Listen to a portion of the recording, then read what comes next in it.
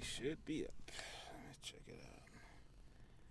Still made it at 8:30. Didn't get the notification yet.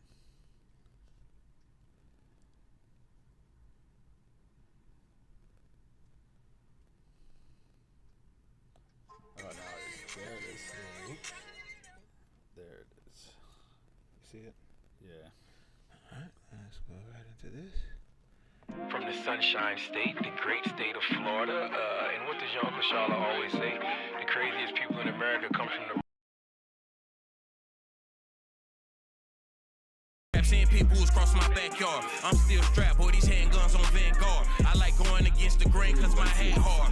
Babe, I used to thug hard to see this crack hard. I don't thug nothing but the motherfucking task force. Me and 2 Root running shit, we like the fat boys, paid cash for it. So I try this and fast forward. I put it all in your face like you asked for. Most of you love frontin' like the dashboard. I get it chalked out like the blackboard. I got the ghetto off glass like the backboard. Most of my niggas ride till it ain't no gas for. We been outside like ain't no map for. Been outside like ain't no map for. I swear to God, these motherfucking jits in Florida is different. Man, I was at this house the other night. Gave her little son 1 melatonin, thinking this little motherfucker gonna go to sleep. Hell no, the little motherfucker ain't go to sleep. I ended up giving this little the whole goddamn bottle. He ate them all. It was up all motherfucking night. I'm in all white ones. Picture could get me a Cy Young. We feel like nuns. No f***s giving like Spice One. We feel like bums. Don't change that I might run. Feel like bunch. Shit sit when the price jump. I got white bumps. These bags kill it price plump. You only die once. I know you a snake with a sliced tongue. I can't trust you. I'ma dust you. Ain't no checking temperature. It's f*** you, then it's f*** you. These laws I'm stuck to. You know how many 12-12s I run through? My get cut, but my girlfriends get cut loose. My get hit like kung fu. I love the streets, but they never told me I love you. Yeah, I already know. I'm straight from Florida, G. You know, bottom of the motherfucking map. Home of motherfucking Uncle Luke. Home of Trick Daddy. Home of Kodak Black. Nothing but gold teeth, wigs, and motherfucking sticks. You already know. Bottom of the map. FLA. Shaped like a motherfucking Hezbollah. Have me, want it.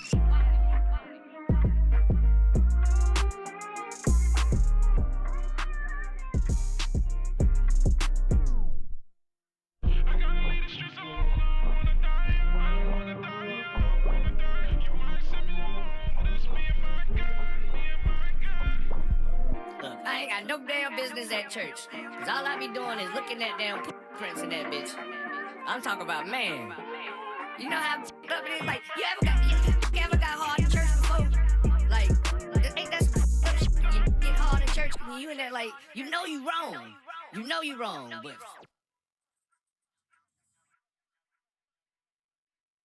From the Sunshine State, the great state of Florida, and what does your Uncle Charlotte... Oh, but Yeah.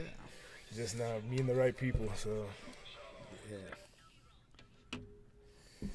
Welcome back. You're back on the bench podcast with Bubba and Pink, home of sports, music, and mayhem.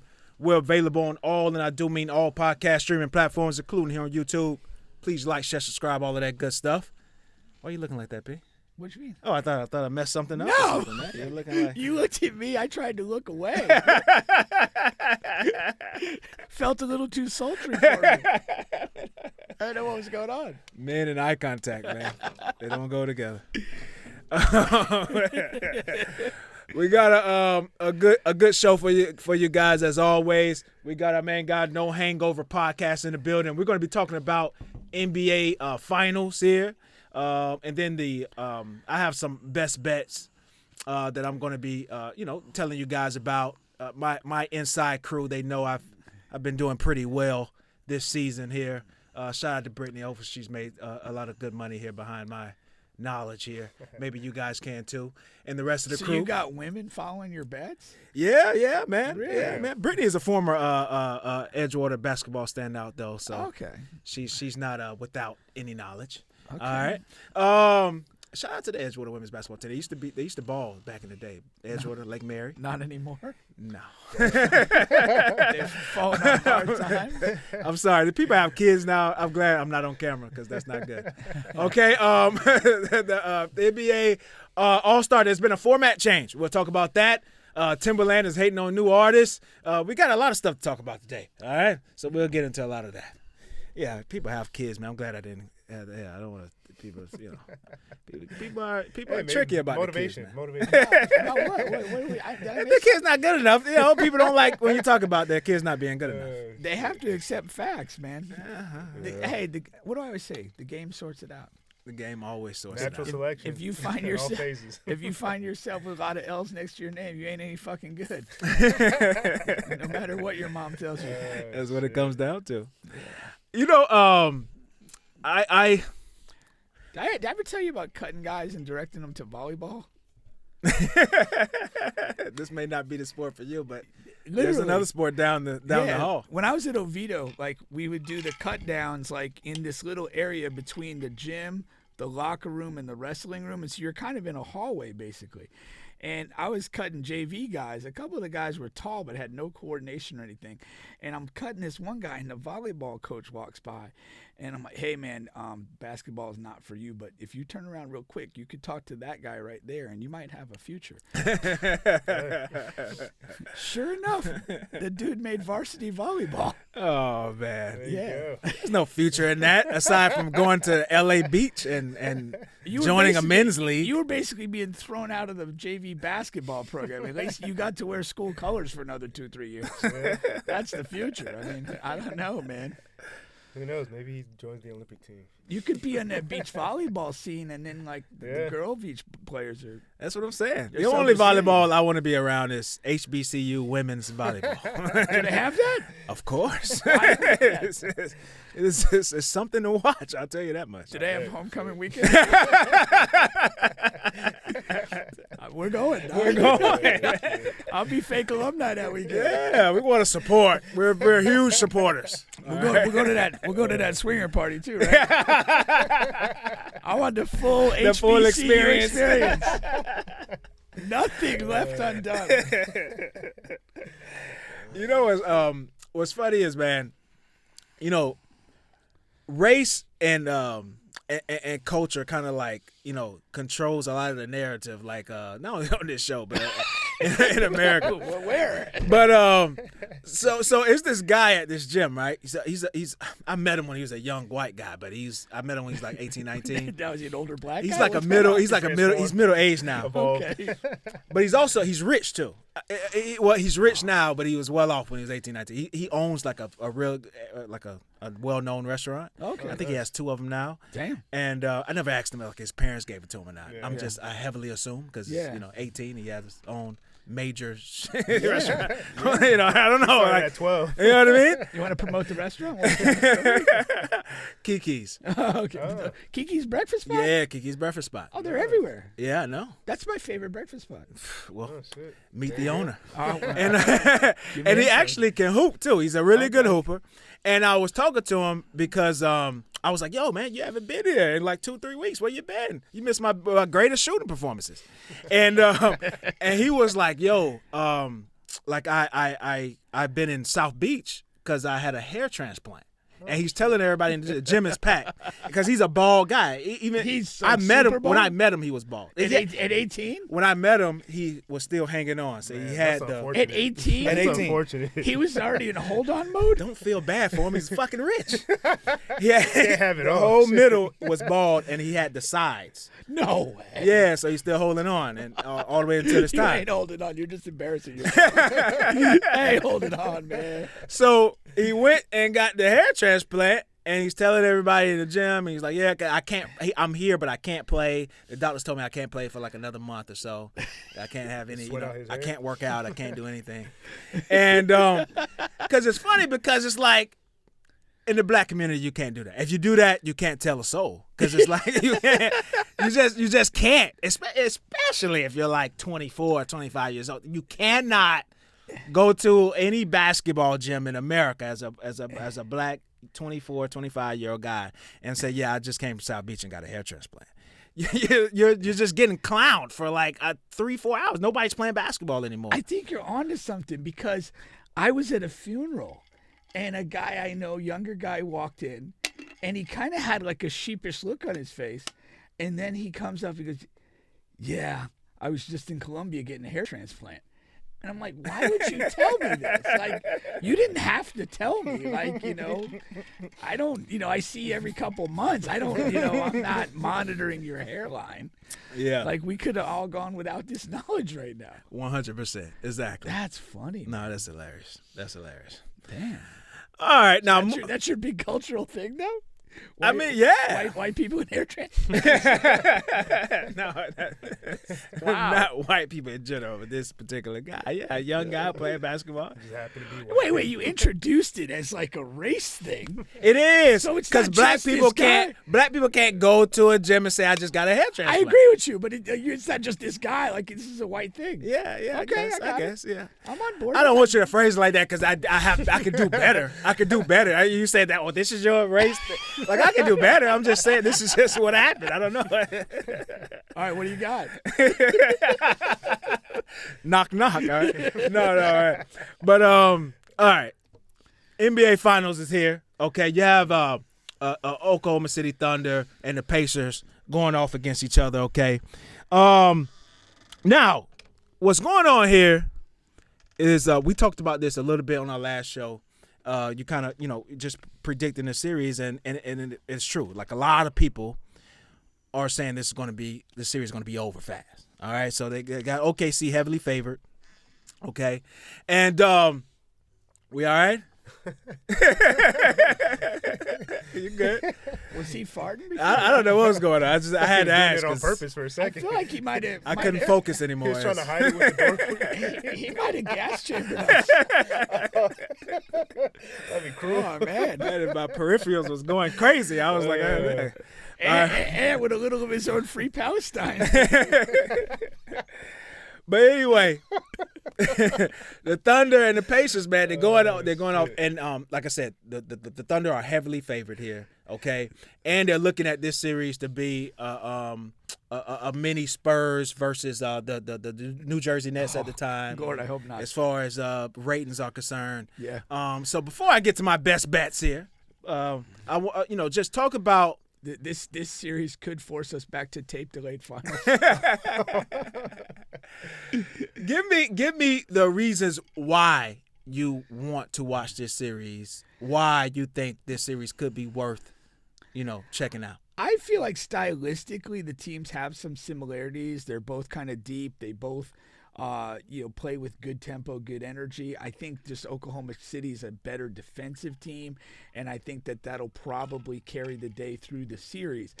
But I think by style of play, the games themselves could be kind of free-flowing and entertaining. That's what I'm hoping. Mm-hmm. And that in that setting, maybe Indiana does something where they kind of steal a couple games here and make this a real series. That's what I kind of thought. I have Oklahoma City in 6, but I kind of, piggybacking off of what you're saying, I think both teams are relatively similar. It's like the Oklahoma City Thunder are just a step up from what Indiana is as far as just kind of player talent overall, depth a little bit. They play a little bit more defense.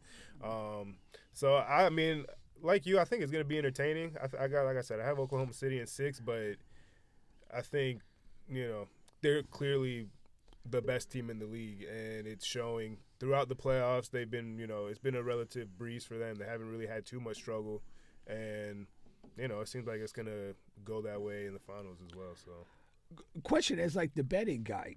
Can you?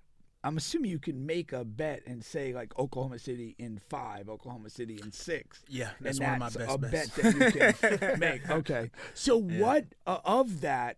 What combination is the most prevalent? So they have one where you want to bet OKC in 4 or 5. All right, 4 or 5. You lose value when you get to 6 or 7. Okay. It's kind of, especially 7. It's like not even worth betting unless you're doing a substantial amount. Okay. All right. So the key bet there is to bet the Thunder in 4, a sweep, or 5 games. Oh, that's where your best value is. That's where your best value is. Okay. And if you are strong on the Thunder and I think that's one of the better bets to make. Okay. All right. Especially you can catch it in 5. Like, okay, the Pacers might, whatever. Yeah. Get one game, and that's fine. And you can still walk away with a good amount of money there. Yeah. No, if I gun to my head, I had to give a result, I would say OKC in 5. Okay. I feel like the Pacers are good enough that they'll get a game somewhere, but I'm not convinced, strongly that they're going to get 2 or 3 games or win the damn thing. Yeah. The ultimate problem about this series, first of all, I want to watch it for the same reasons why you guys just said it there, stylistically and all of that good stuff. But it's not a lot to go off of as far as, the Thunder, they beat the Pacers twice in the regular season. Okay. We know that they're the best team in the league. Peak and I, we both picked the Thunder at the beginning of the season and win the final. So it's like, all of the cards are stacked against them. But you do have like this exciting Cinderella-esque run because people kind of forget that the Pacers were just in the Eastern Conference Finals last year. But even though they were in the Eastern Conference Finals last year, that series was over in 4 or 5 against the Celtics, right? So we know that they're the inferior team, but it feels like a magical run. Well, that's what this has that feel. Again, because, and as we talked about this a few weeks ago, like, they didn't have like a commanding regular season. Right. So it didn't feel like they went to the final, they upped themselves and they rolled to this spot. They were kind of mediocre most of the regular season and then really, got rolling as the playoffs went along. So there is a Cinderella element that I don't think we can deny in what they've achieved. No, 100%. 100%. Now, some other bets that I have. Again, one of my best bets is OKC in 4 or 5. Okay. You could bet that pretty much everywhere. All right. Another best bet that I have here. When you look at gambling, right? I kind of got to sell these bets because people are going to be like, what? When you look at gambling, trends play such a huge part. It's not so much about how good this player is and how bad this player is, how the teams a lot of the times. You have to consider the trends. Let me give you one. Last year, the Pacers, and I looked up all this information today, but you can double check if you guys need to. Last year, the Pacers lost the first game of each playoff series. Okay. Each playoff series, they lost the first game. This year, they have won the first game of each playoff series. Now, what does that mean? The Thunder are, right now, they're 9.5-point favorites in this first game. In game one, okay? My thing is, I want to take the Pacers plus 9.5, okay? Now, because they have, I'm not saying they're going to win. The trend is that they have a good chance to steal this. And if they want to have a chance in the series, they need to steal game one. Yeah. But I'm thinking they're going to make a game out of this game one, okay? Also, in one of the games against the Thunder in the regular season, they did put up a good fight, okay? They beat the spread, if you will. Okay, in one of the games they got blown out, but in one of the games they covered the spread. So you have that. Okay, and so this is a trend bet that I believe you go with, and I am going with the Pacers plus 9.5. Okay, any severe objections to that? No, I mean, kind of like the last series with the Knicks. I mean, they came out and stole that game, and I feel like that was a big momentum shift for them to kind of carry that into winning the series. So, I mean, I agree. You need to gain as much ground as you can as soon as you can, and kind of bury whatever momentum OKC has coming in quickly. And again, maybe you could steal 2 games and make it interesting, or hopefully take it all the way for the Pacers' sake. But I agree. I mean, you have to think they've won 3 game ones in a row in this playoff run, and their mentality taking it for tomorrow night is, let's go do what we do. We win game one. Yeah. Don't matter where we play. We win game one. And so, yeah, sure. I like it. Okay. Yeah, and again, because you have the plus 9, you have a margin. You know what I mean? So if they play well and whatever, something happens and OKC wins by a bucket or 2, you still win your bet. Exactly. Yeah, exactly. I like that. All right. I have 2 more. The third one is here. Not going to do the second one? That it was the second one. The first one is the OKC in 4 or 5, okay, right? sure. You sniffed that out early. All right. So my third one here is you want to take Tyrese Halliburton, okay? You want to take his under on points, rebounds, assists, okay? So in both games this season, they have bottled up Tyrese Halliburton. Okay, and also it's more so than just looking at it from the games in the regular season. You look at it, okay, the Thunder have like really dominant perimeter defenders that they can spread out.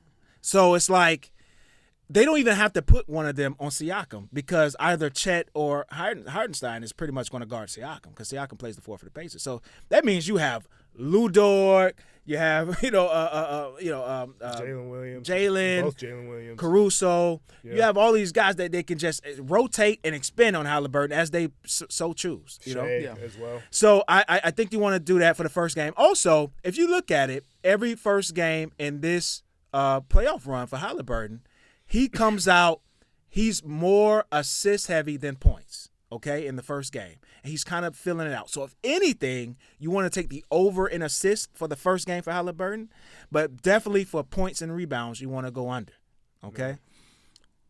Yeah. Does that make any sense there? Makes plenty of sense. Yeah, no, I get it. And to me, if you're a great defensive team like the Thunder is, and you know that this team, you know, the Pacers are getting out in leads in each series, you know, you want to cut the head off the snake. And so if I'm OKC, I'm coming in game one with the home crowd. I'm coming with a buffet of defenders. I'm coming with a buffet of defensive tactics. And I'm just going to try and fuck him up all night. Yeah. And we knew what happened in the one game with New York when he was down near, I think, 10 points or something really low. They die without him. Yeah. And so I think that they have the tools to attack him individually, you know, with defenders, and I think that should be the plan. So I like that. Okay. I think down low for the Pacers is going to be key. Like Miles Turner and Pascal really need to dominate the paint to kind of alleviate some of that pressure from Halliburton and open it up. I think if Miles Turner has a big series, the Pacers potentially win. I think he's a big X factor for them because he can shoot the three, but he's also their down and dirty guy, getting boards, cleaning up boards, getting putbacks and all those things. And he's, 10 years in the league at this point, right? So he's, you know, a seasoned vet. And, I mean, Pascal Siakam has championship experience already. So I feel like those two guys, you know, really dominating the paint and asserting themselves in the paint will be a key to victory for the Pacers. That is such a great point because I believe that is the Pacers' only avenue to a victory because it's realistic as well if it goes right. Like Pascal and Miles Turner, they have to win their battle against Chet and against Hartenstein, and I think they can. I think more so against Chet too because he can be bullied a little bit. Hartenstein, I think, was a great pickup, kind of very underrated pickup for them because he gave him that down low presence that you know, kind of more traditional big.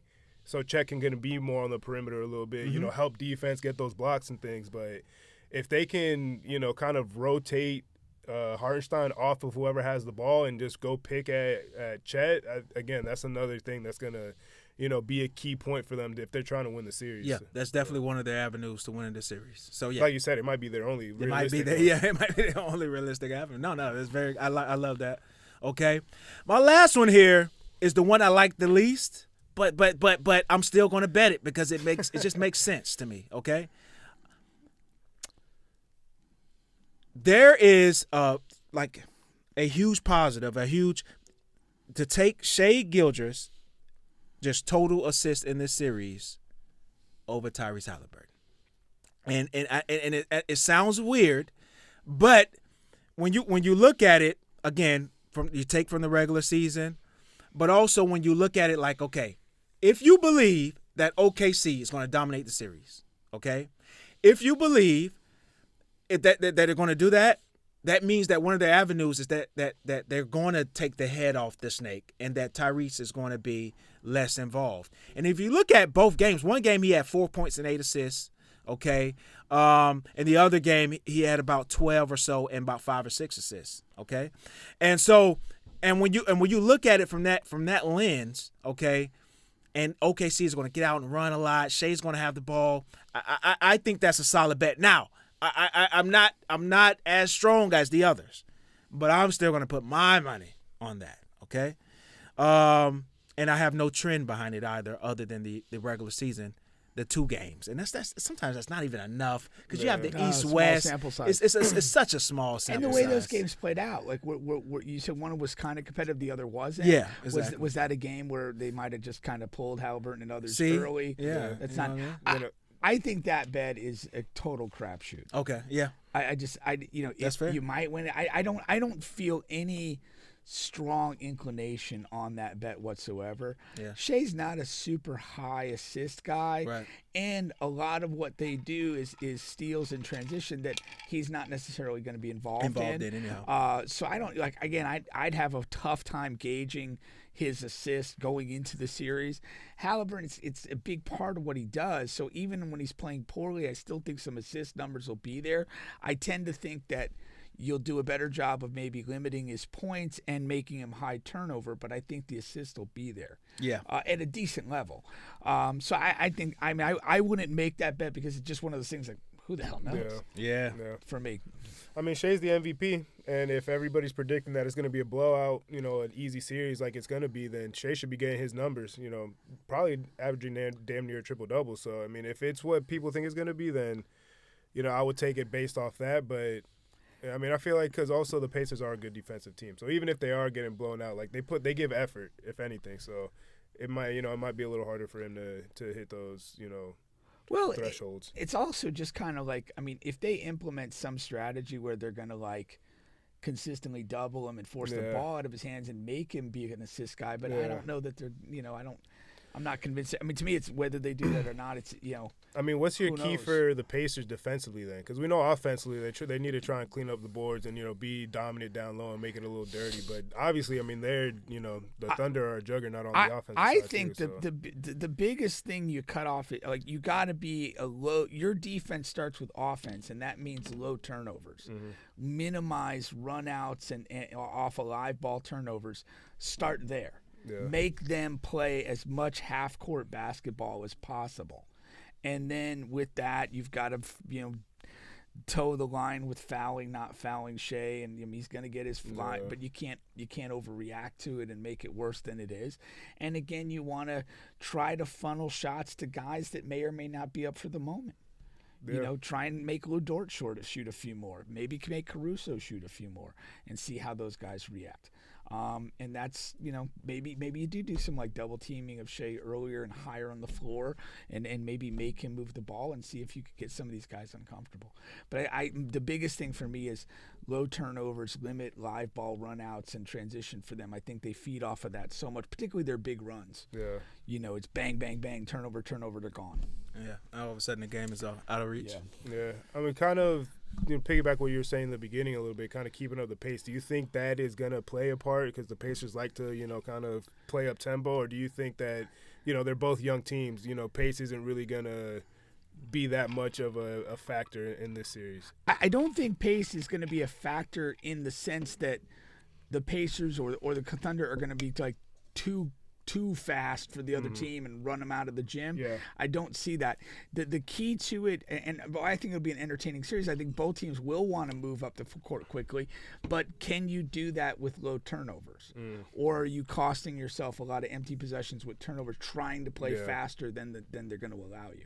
Yeah, and again, if you're taking the defensive perspective for either team, you limit your own turnovers. You want to make them play slower. You don't want to give them those great opportunities. You want to make sure that, even if it's not a live ball turnover, that you're getting people back, even on makes, so that they can't throw over the top on you and do that. You want to keep your defensive structure as you retreat so that you make every possession a half-court possession and make a shot that has to go up under 10 on the clock. Yeah. And then, can they do that? I don't know. But that would be the idea going into the game. Yeah. I definitely love that as far as limiting your turnovers. Both of these teams coming into this series here are averaging low turnovers, but they, of course, turn over the other team quite a bit. So we're going to be looking forward to that. All right. Now, we'll come back to this series a little later in the show, but we're going to move it along here. You have something else to add there? No. Okay. Ready for the next topic? Yeah, man. Once again, you're still on the bench podcast with Bubba and Pink, home of sports, music, and mayhem. Don't forget, we're available on all podcast streaming platforms, including here on YouTube. Please like, share, subscribe, all of that good stuff. We have the No Hangover podcast here in the building. Okay. What's good? All right. Now, can you remind those folks where you can be found and sort of some of the topics that you guys usually talk about? Yeah, no doubt. So my name's Eric. I'm the host of the No Hangover podcast. You can catch us on YouTube, Spotify, Apple Podcasts. We're on TikTok at @no_hangover on Instagram @nohangover. Check us out. Comment, like, subscribe, rate. Let me know what you like. Let me know what you don't like. Yeah, my boy Spazzo, the artist from Ohio, made that for me. He's From Ohio? Yeah, he's coming down. He just put he got a song coming out with Lil Yachty. Oh, wow. And in about 2 days. So he's coming down in the end of this month, and I'm going to get him on the podcast, and, it's going to be a good time. So make sure you be on the lookout for that. But, yeah, I mean, we out here. That's right. All right. Here's my complaint. Okay. When I look at your clips on IG, All right. you're talking to somebody, I'm listening to the clip, but you never seem to have, like, who they are in the bottom so I could potentially follow or look them up. I usually have them tagged in the post. Do you? Yeah. Oh, yeah, shit. yeah. I got to check that. But I was looking in, like, maybe the caption, like, who that person is. I could. I mean, Yeah. thanks for that. I could add their handle in the post, but For I sure, usually yeah. I tag it on the Okay. reel, so Okay, I it gotta usually check has that. that little circle on the bottom right or Okay. bottom left, and then it'll come up who it is. Okay. So, but I'll add that in there. Thanks for that. Yeah, no, because it's like I'm sometimes listening, like, who is this guy? Like, especially some of the stuff you're talking about. I'm kind of like, it Yeah. makes more sense if I kind of know like a little bit Have what some this context, person but is. yeah, Yeah, yeah. for sure. All right. Now, this morning on Fox Sports here, and it was kind of odd to me that it would break on Fox Sports, but Adam Silver was on one of their morning shows, the lowest rating morning show, but still they're on Fox Sports. So shout out to those guys, and he broke the news that there will be a format change to the All-Star game. All right. Now he says they're still ironing out the details and how it's exactly going to go, but for sure next year 2026 All-Star game will feature USA versus Team World. Now this is something that we talked about several times. I'm pretty sure that I came up with this idea. I've been talking about it for all years, people man. on the planet, it was I've been talking about it for It's an original years. thought. I just thought that this was like just so duh, especially towards where the league is going to and more international prospects, et cetera, et cetera. But the farther I get removed from my, awesome idea, the more I'm like, I do think eventually they're just going to do away with the All-Star game, just like the NFL did with theirs. Yeah. Because, I think initially, you will get some USA players to maybe play with a little more juice. But I think what you want, you're not going to get, which is like the animosity. Okay, I'm fighting for my country, and I need to. I don't think you're going to get that out of an All-Star game, and especially from the world guys. I mean, like, if you just watch Jokic, and he's the best player in the world by like a ton of accounts, and you just watch him in the All-Star game, like for the last couple of years, I mean, he's putting in negative effort. Yeah. Negative effort. Luka is throwing up shots from like, the locker room. Yeah. You know what I mean? Yeah. Like these guys just but don't give a damn. like you can shuffle all the chairs on the deck of the Titanic and it's still going down. Like the only thing that saves this is the best guys giving a shit. Yeah. And I don't know. I mean, maybe like, if the team loses, they have to like sacrifice a player to be murdered at midcourt. Like, I mean, like maybe people will care that. I don't know. But like, unless the top guys care, like you're just going to go through the motions and everybody below them is going to react to them. Do you think they should go to something like the MLB where the All-Star game kind of determines where home field is or home court's going to be? That will go back to like an original East-West thing. Yeah. East And I West think, format. I think that's, to me personally, that's been my favorite format. But a lot of the Honestly, I think they should just get rid of conferences altogether, honestly, and just have the best 16 teams make the playoffs. I like that. Yeah, At this point, I like I mean- that. And the other idea is not bad, right? Because especially with the new voting, because a lot of the fans have a major part of voting, like the five starters or whatever. But the coaches, they vote the reserves, Select pretty much. reserves, yeah. And they are getting these guys from winning teams. So that's why like a guy like Trey doesn't make the original roster and whatever. Well, and like to what you were saying, I'm like, in a year when the best guys are really like are in title contention. That's I what I'm see saying. That. But Right. yeah, I want to be at home for yeah. this. That's going to make a difference. Yeah. But you got to have guys that are like locked in, knowing they're going to. And be all there. of those guys, I mean, the top know. whatever 9-10 teams in the West feel like they have an outside chance at least. Yeah. Like Yeah. I'll say the top 8 to 9. But even then, like I just feel like it adds a little bit more juice to it. Like even what you have in the East, it's like maybe like 5 teams that are in contention. But no, if that. 2 to 3. Yeah. But I mean, I feel like it'll give it a little bit more if they're top guys. I mean, in the MLB All-Star game, I feel like it's a little bit more common that you'll see a guy that's on a losing team just because he's putting up big numbers. But in the NBA, I do feel like they do a better job of putting the best players on the team best guys. teams. Yeah. So again, maybe that does add a little bit more to those teams that are in the bottom part of the East. That hey, maybe if we get this, we win this, we're gonna have home court whether we're the number 1 seed or the 7th seed. We saw Miami do it a couple years ago that they were the 8th seed Yeah, from the so you're play-in. saying if the East win that year, then Miami would have. And I don't think Yeah. Miami was going to win that series anyways. But if they have their first 2 games at home, that that can make that a little bit more interesting. And I guess like if you do say like if there's 7-8 teams in the West that really feel like they could be a title, like theoretically That's enough. Not theoretically everybody on the All-Star team from the West is going to that's be what like I'm saying. this matters to me personally. Yeah. Like again, like you're Trae Young and with the Hawks, if you're even in the All-Star game, Yeah. it's like I ain't who gives a shit who's home court? I ain't gonna be there. I'm gonna be in Cancun. But then he Like, might not see as much game time in the actual All-Star game. Not true. And they cut if him they- out. if- Yeah, Well, yeah. it's gonna add that. And he's not anyhow. I mean, unless, because he's at best he's an injury reserve, Yeah. and those guys only seeing a few minutes. But this goes to yeah. like there's a guy, he was doing some podcast and he was throwing crap on LeBron going back to like the 2008 Olympics. I don't know if you saw any of these clips, but just that LeBron was like just not like mature, not locked in and whatever. At the Olympics?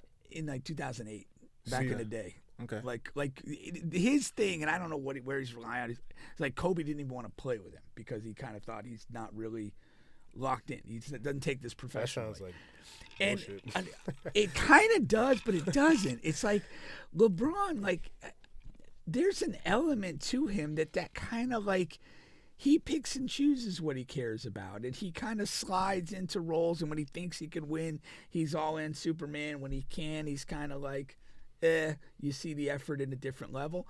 And I don't know. And I mean, here's the point of where I'm going with this is that for basically the last 2 decades, he's been like the preeminent guy in the league. Mm-hmm. And when you go to these all-star things, his mentality, his mind kind of is the most important one. Yeah. That's why I thought his Olympic buy-in, him saying, I want to go play in these Olympics last time around in Paris, that set the tone for everything. And when he showed up and was all in, everybody who was there became all in. But to me, it still goes to like him and those upper tier guys that if they show up to an all-star weekend and they have an edge to them and they want to win, we're going to have a great all-star game. But if we can't motivate those guys to do that, it doesn't matter what the format is. That is a good point. I think another thing, too, that kind of bothers me about not necessarily the older guys like the LeBrons, the KDs and stuff, because they're kind of on their way out, but the younger guys that are trying to, be the face, because you hear that conversation all the time now. That's kind of like, damn. But, they try to – everybody looks up to Kobe, the Mamba mentality and things like that. But he was a guy that did bring it in the All-Star game. But none of these other guys that are coming up are really, seeming like they want to take the torch and really be that. They seem like it's kind of more following suit. Yeah. But that's more of an era thing. And I hear people talk about that, and they say Kobe, and yes, Kobe was, but everybody in that era. Iverson played really hard. Jason Kidd played hard. So that was an era thing. But I think, you go back before that. Like I think, you had like Magic Johnson would care about an All-Star game. Yeah. No. I think like we all can indicate that, the. Mid-2000s, like after the Marbury and all of those guys, like that's when the All-Star game became shit. So it's like that all. And my point that I was making before, that coincides with LeBron becoming the guy of the league. But my only pushback on that is, I just hate that we're just making it for one guy's fault. Because when I talk about the era, like I said, like all of those guys played hard. So if LeBron is that guy, I mean Curry's been in the same era. So why nobody ever So that's the thing. Like it falls on all of those guys because it wasn't just Kobe out there playing hard. It wasn't just Magic out there playing hard. All 10, 12, 15 guys that played in the game played hard. I guess my belief in saying this is that when the top guy's gonna go, it makes everybody go. The guys are still plural. So is LeBron the only guy that's worth a damn in this era? The point is when.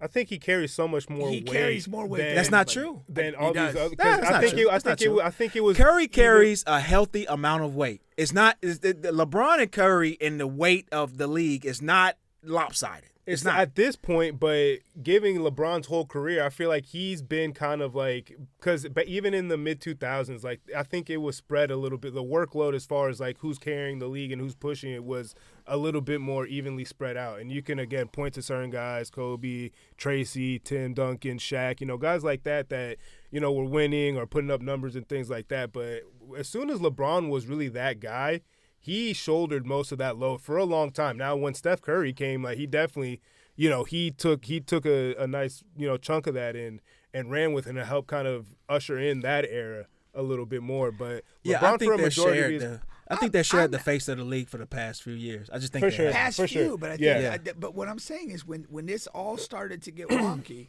Was when LeBron was the guy. Yeah. Miami Heat LeBron. That's 2010, 11, 12, 13, whatever, that window. Mm-hmm. Like, that's when a lot of this stuff started. Yeah. And I do think he's still, like, the alpha person. Mm-hmm. And I think that he has that level of respect. And I think that with that comes the responsibility to a degree. Mm-hmm. And definitely others got to jump in. But I would love to see, and maybe Steph's the guy that's got to go. LeBron, let's not fuck around this year. Let's go do something. I don't think it's on them. I mean, these are 40. Yeah, so I think it's on the young 40-year-old. Yeah, I think it's the younger guys that's at this over point. With. Yeah, that's over with. Then I disagree with that because LeBron may not even make the All-Star game next year. And maybe just off merit. Well, no, if what you're saying is true, then they shouldn't be in the All-Star game. No, I'm saying I said they may not be. No, but I'm saying they shouldn't be. If they're not going to change the intensity. If they're no longer the guys that people follow and they're the 40-year-old guys I didn't say that. I'm not sure if you think I said that. I'm just saying that first of all, the first thing I said is they may not make the All-Star game, meaning like they may not be good enough to be fucking in the All-Star game. That's number one. But number two, all I'm saying by that is I just think it's on the younger generation to change the All-Star game moving forward. Like whatever LeBron did or didn't do, whatever Curry did or didn't do with their All-Star era, that's them. Like Kobe, Magic, they had their era. They did what they did, and it was time for the next time. And I understood your point. And my point is, if they're not, I still think they have a certain gravity that the young people aren't ready to accept.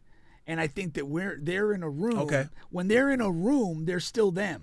Yeah. And we're in the room with those other guys. If you want this to change and the younger guys are to do it, personally, get the older guys out of the game. Turn it over to the younger guys. It's a mutiny. Take them off the ship. Yeah. I mean, we've watched these guys coast through All-Star games for 10 years. But they haven't done it. I think we don't want to watch it anymore. To do that, though, you would have to change the voting completely because, again, just based off merit, guys like LeBron, Curry, KD, who might not be. That's not 100% true for various reasons. Number one, older guys get hurt a lot. They change the rules to where you have to play a certain amount of games. So I think that's in play with these older guys. And number two, we've seen participant drops. We've seen a drop from LeBron. Yeah. I mean, and it's fair to say we'll see another drop. Like you know what I mean? So I mean, he was third. What was he? Second or third? I think he was third All NBA team this year.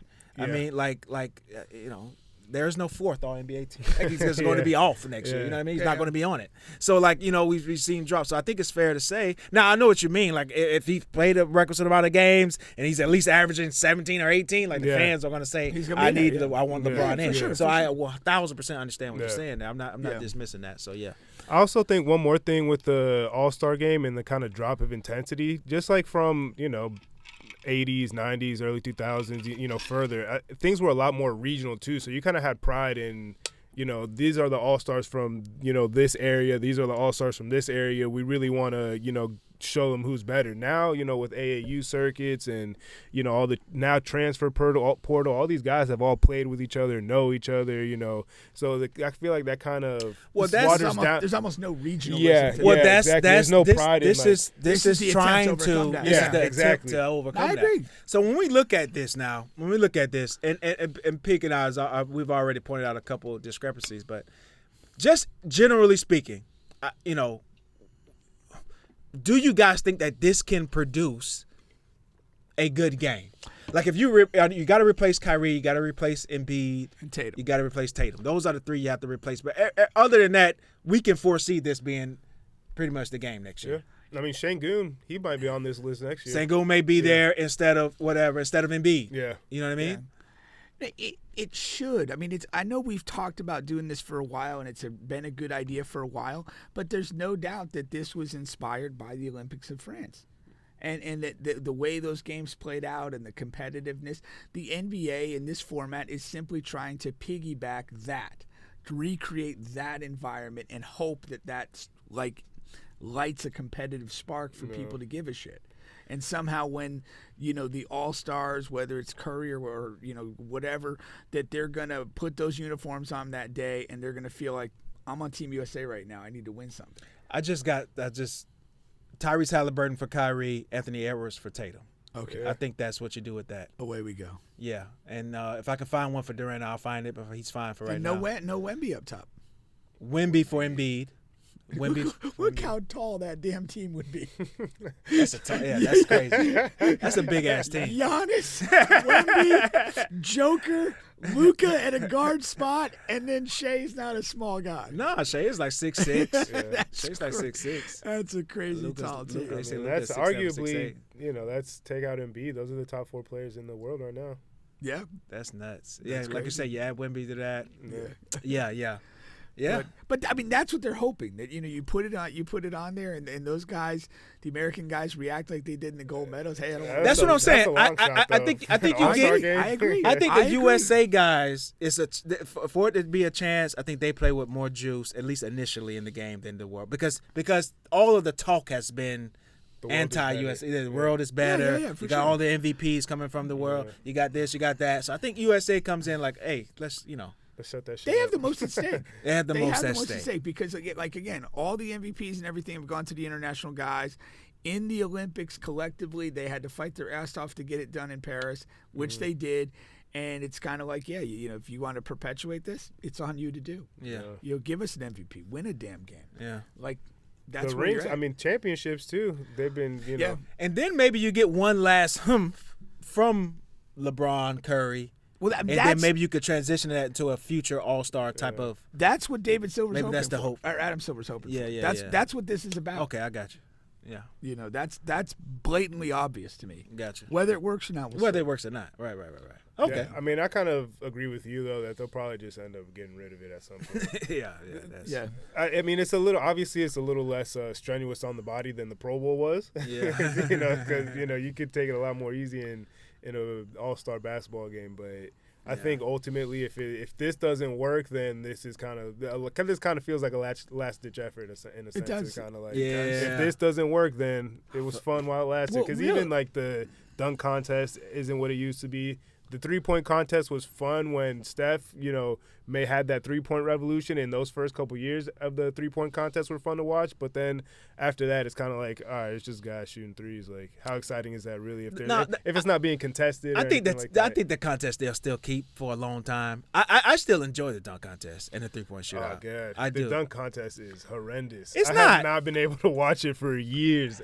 But that's because and you I remember guys, looking forward to that shit when I was a kid. I don't know what you guys are looking for or asking for. I don't. Because it's like, I know, okay, you want the stars in. Well, I mean, I don't want to see LeBron just get in and do a fucking tomahawk. Well, not even the superstars, but like they're not even putting like I mean, shout out to Matt McClung, but he's not even in the NBA. He's Matt in the G McClung League. is a hell of a dunker, though. For sure, but there so needs to be some He's type of putting name on power. like crazy performances. I'm here for the entertainment. I'm No, not here to he's fucking. He's had great performances. Yeah, no for doubt sure. about That's it. what I'm here to see. Me, I'm talking about. Yeah, you know, I get it. personally. The dunk contest can be special when you have great performance. When you had like Zach LaVine and Aaron Gordon, Yeah. that was captivating. They weren't household names at all. No, and I don't. you know. I don't think you necessarily need to be household names, but there's always going to be a little weirdness with McClung not being like a full NBA player. Yeah, I understand that. You know, you basically bring in this ringer. You know, why not bring in like Jordan Kilganon or one of those guys and having him dunk? But at least he's against the guy? attached to the NBA. I know, but it's just kind of it's a certain knock you take for that. And with the like Zach LaVine, Aaron Gordon, they weren't big names at the time, but Aaron Gordon was a top pick, so he kind of has that, you know, momentum. And Zach LaVine at that point was kind of known with 2 years in the league, but he was known as a high flyer dunker, up and coming guy. That's what I'm saying. Like, they don't have to be the biggest of stars, but like put like They put name, plenty something. of those type of guys in there, though. The guys that are the younger guys with no name that can fly around, they put those guys in every single year. They do. You guys just don't know the names No, I and you do. don't like them. No, I can't even argue that. I mean, that's what it is. I can't even argue that. I think what the average fan wants to see is the big names in there. And my argument is I don't want to see that. I'd rather see Matt McClung in there with his awesome dunks than to see LeBron James with his regular tomahawk behind the head dunk. Yeah. I'd much rather see that. But what about, and people and all the fans keep clamoring for like LeBron and Anthony Edwards. I was gonna say Anthony Edwards or like a guy like Jaylen Brown. He's athletic. Jalen was in there. Oh, You shit, see, I you missed it. You didn't even I know. missed it. Yeah, there you go. And guess what Jaylen Brown did? He was terrible. He tried to do the D Brown with the this. Oh, he shit, I do remember He that. was I do awful. remember that, yeah. Just because you have a name and you can jump don't mean you should be in a dunk contest. My full take on the dunk contest, like way back when you had like Jordan and Dominique do it, it was pretty special. After that passed, I do think it's a great thing for like young players in the league to kind of get on the radar in a different way by participating in this. I don't have an issue with Mac McClung being in there. I do, I mean, there's a little residual feeling that because he's not a regular NBA player and he's not like a rising star that you're going to see. I like it as a showcase for that. My two biggest beefs with it are missed dunks. Okay. Missed dunks are so deflated. When you get a guy up there and he like misses and he just can't get anything to fall, it's just ugh. Yeah, so you think you should just It's brutal. I don't know what kill you it. do. I mean, a couple misses and you're done. Yeah, like yeah, two misses and you're done. it's just brutal. Maybe you do that. And then I don't like the over elaborate setups of the dunk. When it takes like 30 minutes to come on, to dude. set it up. Come out and do it. Like a couple of those guys still do yeah, that. yeah. they Like still do who that. what was it?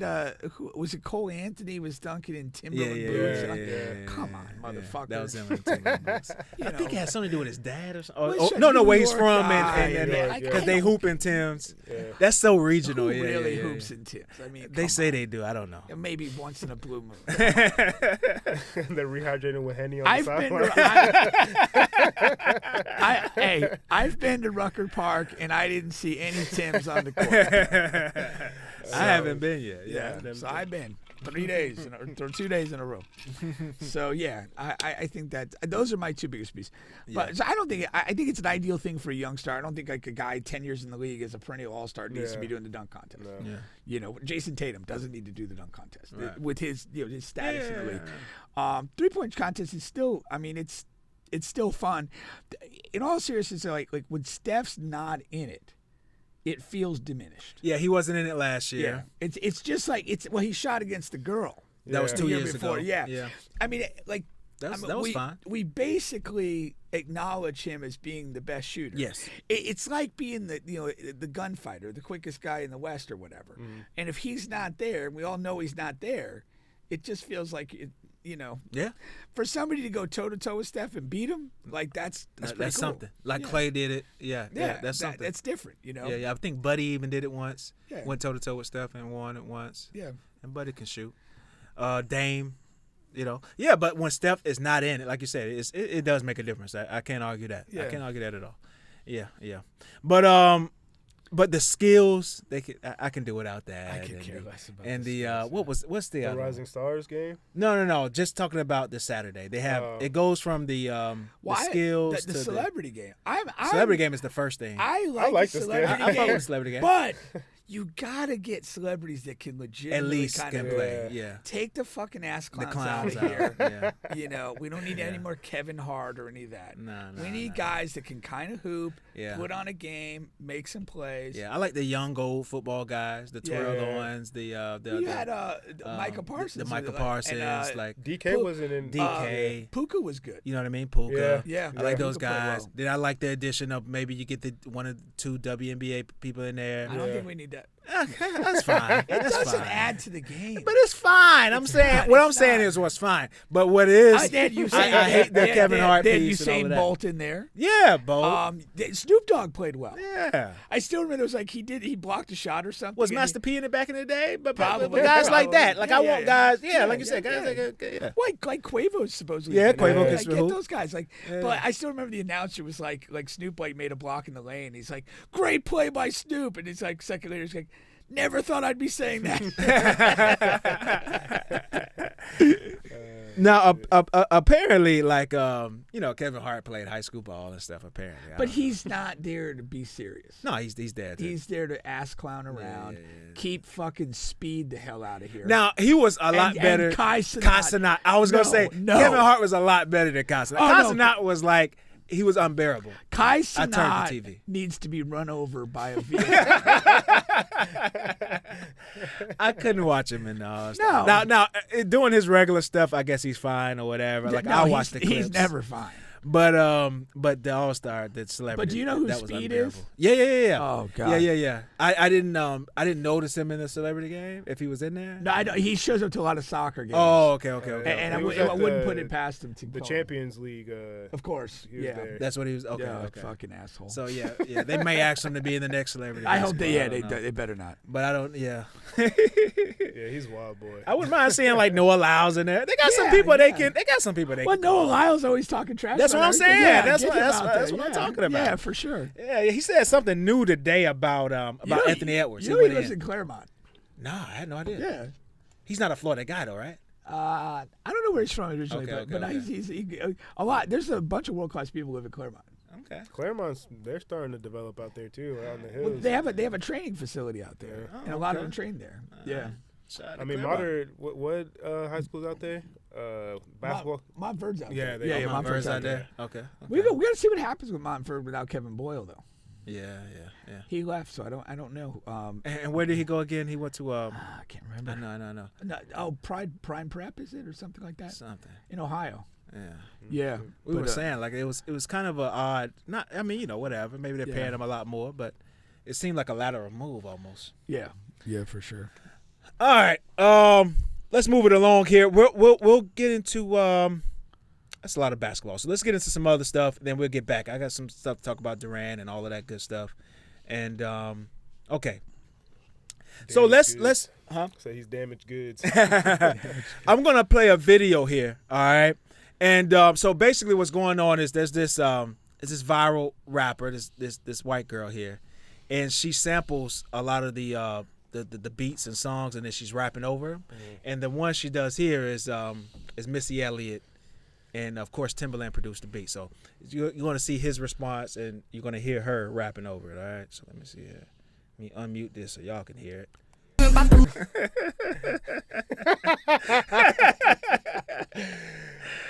Damn. Now It's she has a bunch of those videos up, and she goes viral. I mean, a lot of people watch them and comment and share and all of that stuff. And then it got around. I mean, it's so popular and viral that it came across Timbaland's desk, and Timbaland's like, "Yeah, there's no way I'm clearing this." And I mean, it's amazing what a great beat will do for you. yeah, so she won't be able to financially, take advantage of that. But what do you think? She's so much worse than I thought. I wasn't expecting much, but that's so bad. it feels like a bad joke. It feels like sarcasm. Yeah. Yeah, it really did. It has some sarcasm. Yeah, it does have a level of It's like I'm pretending to be a bad rapper. Yeah. Like, and I'm in on the joke. I mean, that kind of fits into what like TikTok and social media culture is, though. So I mean, now. like, if that's what she was trying to do, she hit the nail right on the head. Like, and I don't think she was trying to do anything else. She isn't in it for the craft. She isn't in it for the craft. That was fucking terrible. Yeah. If I'm Timbaland, I'd give a cease and desist order. If I'm a mob boss, I give a hit. I'm gonna say this. It's bad. That bitch should not be allowed to speak. It's bad. She should not be able to talk like in a normal voice, let alone rap. It's really her flow. It's the flow. It's the flow that throws you off. It's the flow that's gonna throw you off. What else is there? If I had a substantial amount of money, I would take a flyer on her. I could see that working because we talk about the idiots. We talk about the band of idiots. I get it, but I don't want to do anything that furthers idiocy.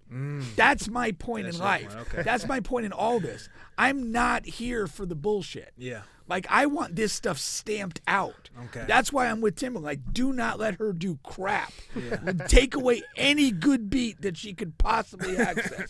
So that all we have to listen to is that bullshit with no beat, and she's dead. Yeah. Like, she has no career. Yeah. We want to squeeze people out of business like this.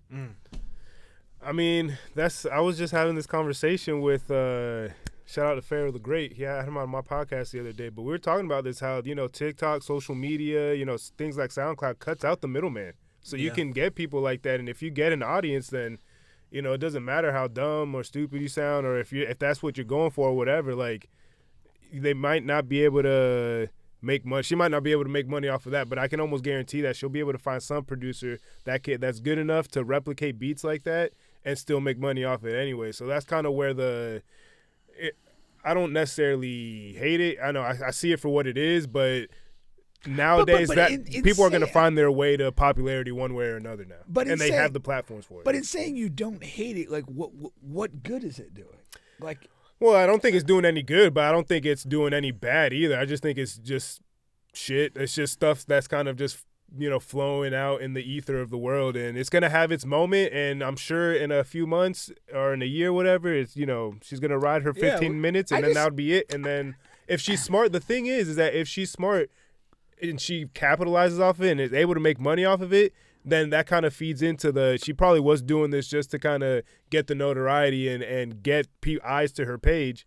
And then if she's able to monetize that and keep it going and build the wealth, that's where the smarts come in. But remember the one white chick we were talking about like a few months ago?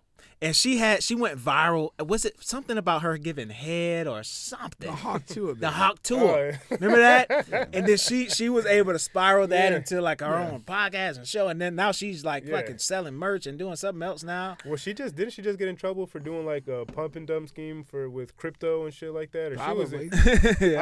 I'm not really. Crypto is it doesn't really make much sense to me. Yeah, it's another world. Yeah, but like see that, like I deeply resent all of that. Yeah. Just like I just feel like she didn't seem very sexy when she said it. Like I don't know. I've got this rapper girl. The Hawk Tour. Girl. No. I didn't find her super attractive. No, I didn't like her saying Hawk Tour didn't get me in the mood for a blowjob. I was already ready. I'm about to say I'm always in the mood. Like I don't need her saying that. I mean, she's not moving the needle. And she don't even look like she give good head. She didn't. No. And you agree with me because you're a connoisseur of that sort of thing. And so like, what the fuck? So this dumb broad says something stupid, and then she makes a bunch of money. And she's basically sucking up space in social media. I mean, that's like that. Kind of the originator of it. Fucking Cash Me Outside. Yeah, she was able to spin that into a whole and she's still eating. She's still making money off that. And that's shit. just bad. That's kind of what I was saying. Like whether it's good or bad, that's a different conversation. But it kind of shows that there is some savvy there. If you're able to take that and monetize it and make some money off of it. Now, again, whether it's good or bad or you like it or you don't, that's a different conversation. But if that kind of separates the, you're either going to have your 15 seconds and it's just going to be a blip on the radar, or there's something here. How am I going to, even if in this case, if I'm going to get he's not going to let me clear these beats or whatever, so I can't make money off of that. How can I spin this to make money off of it? But again, and if not, then, nobody remembers her in fucking 2 days, so. Yeah, she's already attained more popularity than she deserves. That's the thing. I'm wasting my breath talking about a fucking terrible rapper. Like, why? I'm gonna tell you something though. If I was, to pop my cherry with my first white girl, she wouldn't be a bad option. She seemed like a Really? freak. Yeah, she's not bad looking. She's okay looking. She got some shape. She has shape. And we couldn't see her, her ass or anything, but she does. Yeah. She's talking about her nice sized titties and stuff like that. Yeah. I can assure you that body is fat and unfit. That tracksuit was. You can't say that for any certainty. We couldn't really see. Gonna have to do more investigation. I'm putting a farm on that. Look further into the matter. Do some further research. And if it's any different, she's already invested in enhancements. Which probably, her titties probably were fake. Her titties are probably fake. Her body is probably not actually fit or shapely. There's something fucked up or awkward about it. Maybe wide hips with the flat ass or something. I don't know. But there's a problem there. There's a problem there. She had a completely plain facial features that generated no enthusiasm whatsoever. Yeah. It was fun though. It's fun. Bubba's gonna go home and jerk off too. Catch me outside. What's that? Damn, I can't read this. What you looking at? No, I can't read that can't last read part. it either. Now he's gotta come. It has the inside. reflection in the movie. She's got diagnosed with cancer. Oh shit! Yeah! Oh, come on, man. Yeah!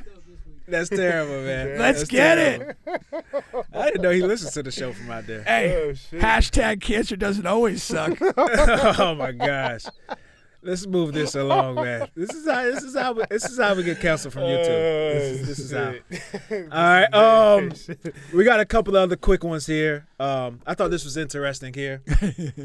There's a Facebook debate here going on. Delusional woman of the day. And so basically this is a new relationship here, and the boyfriend is telling her that she doesn't respect him because she's still posting pictures like this on social media, okay? Saying that it's disrespectful. And then she's saying, like, what do you mean? This is the same pictures that I was posting when you hopped in my DM to holler at me. And exactly the point. Exactly the point. That's it. Next. He should have just replied with, I rest my case. I'd be like, That reminds me of that Joe Budden clip that came out recently of he was saying that Adam and Eve, they had the garden, they had everything, this, that, whatever, and Adam turns to Eve and goes like, yeah, but that's still not enough. And then all the guys in the podcast room are laughing, and the girl's still sitting there like, yeah, I don't get it. Like, I don't like, why is everybody laughing? Like, I was waiting for more. And then Joe Budden looks at her and is like, that's the point. That's the point. That shit had me weak. That was hilarious, man. I saw that. dude, that's, yeah. But I, in this case, that's 1,000% true. She's making his point and all of that. But on the premise of this situation, I don't think there's anything wrong with her posting this particular picture here. So if you're in like a serious committed relationship with a woman, you're totally cool with her posting whatever type of pictures. This is, to me, in my opinion, this is not a whatever type of picture. She's fully clothed. You don't see, like, none of her boobs is showing. You don't see any parts of her ass at all. So you don't see her legs. You draw the line at nudity. Yeah.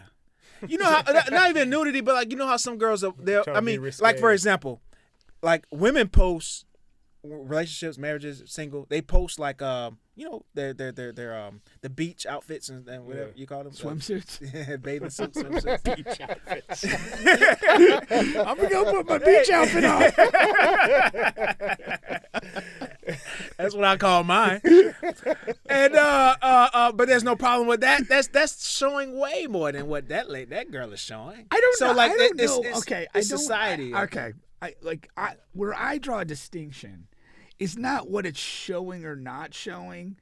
Like she's basically like promoting her ass. Yeah, she's tooted over and all that. And like this is like Dogs are dogs. This is just a thirsty pic. Like that's what this is. Now if you have like if there's a girl and she's like on the beach, like and you're having a day at the beach or whatever, and she happens to take a picture with her bikini on or whatever, but she's not like tooted with her ass or like, hey, look at my tit or anything. That's a different vibe than this picture. Most women, and let me rephrase this, most black women, girls, I will even say, so like I'm talking about like in a specific age range, under 40. Any picture they take, there's some level of posing to where they're I agree with that. adjusting their body to make something look better, No, I whether agree it's to with make you. their I titties agree look with you. big or to make their ass look bigger. Yeah. And if you are in a bathing suit and you're doing any type of pose, it's going to look a lot worse than that. She's fully clothed, and she has ass. I mean, she even if she stands still, you're gonna see the ass. So, for sure. So it's either she can't take any pictures at all while you're with me, or not now. But now they're in their relationship, right? So yeah, if he's not comfortable with that, that's something, and he's trying to communicate that. Now that's a different story, and she's not understanding that point. And that's what You know what I mean? Yeah, again, everyone's gonna have their own kind of comfort level in their relationship and whatever. But it's like if you're posting pictures that are kind of like you're looking to attract attention and you're supposedly in a relationship. Yeah, why like, do you need more attention? Yeah. By the same token, though, this goes back to like, if you are the guy that slid into the DMs for this person, like you got to think a little deeper and figure this might be all she is. Yeah. And you should treat her accordingly. Yeah, I mean, my first thought is like, how long they've been together? Because that's kind of, for me at least, like, if I'm just starting to date someone and they're posting pictures like that, I'm not gonna be too like overbearing or like, hey, don't do that. Like, we're essentially like we're still trying to get to know each other and see if this is gonna be a thing. Yeah. But also, it does, like you said, it does kind of, if we're together and we're trying to, whether we're figuring out or we've been together. Whether and the dynamic of the relationship is that I don't feel comfortable with that, then again, why are you attracting unwanted attention if it's gonna make somebody feel uncomfortable? Because like I said, like dogs are dogs, like especially on the internet, especially on IG, dudes are reckless, and if they see some ass, they'll leave a comment, they'll leave some hearts, they'll say some shit, and like that's what you're bringing, and they brings kind of unwanted drama, unwanted attention, so. Again, it depends on the dynamic of the relationship, but if he's saying it's making them uncomfortable and they've been together for a while, it is kind of like, why are you putting yourself out there like you're not with me? Like it seems like you're looking for attention. No, that's totally what it is to me. If you're in some sort of like serious relationship and we're trying to build something, like why do you still have the need to draw this much random attention? And that's a problem with you. And then at that point, it's incumbent on me. Do I want to be around this, or do I just keep it moving? Yeah. No, and again, if you're just hitting and running, like who cares? Right. For real. That's the thing. But like, if this guy obviously is trying to make this a relationship, probably misguided in doing so. But that's what he's trying to do. But again, at the end of the day, that conversation is everything. Yeah. He's, for whatever reason, he wants to have a relationship with this girl. He's expressing, hey, I want to do things a different way. And she don't get it. Yeah. Like, move on. Yeah. Like, she's not worth investing in. Yeah. Keep her to the streets. To the streets. Send her back. To the streets. I mean, it just is what it is. All right. Now, to a guy that only deals with women in the streets. Hallelujah. Actually, that shit is wild how far gone she's gone with the plastic surgery. Because she was bad before, but now it's like, yikes. That plastic surgery is like crack in the 90s, man. It's like a fucking poopy diaper. Yeah. But it's like, if you know like that's a potential outcome, why do you even fucking like play with that? No, that's what I'm saying. Like, at the end of the day, like we said this, I didn't know what story it was going to be. Yeah, I know. And I was getting ready to feel bad for the guy.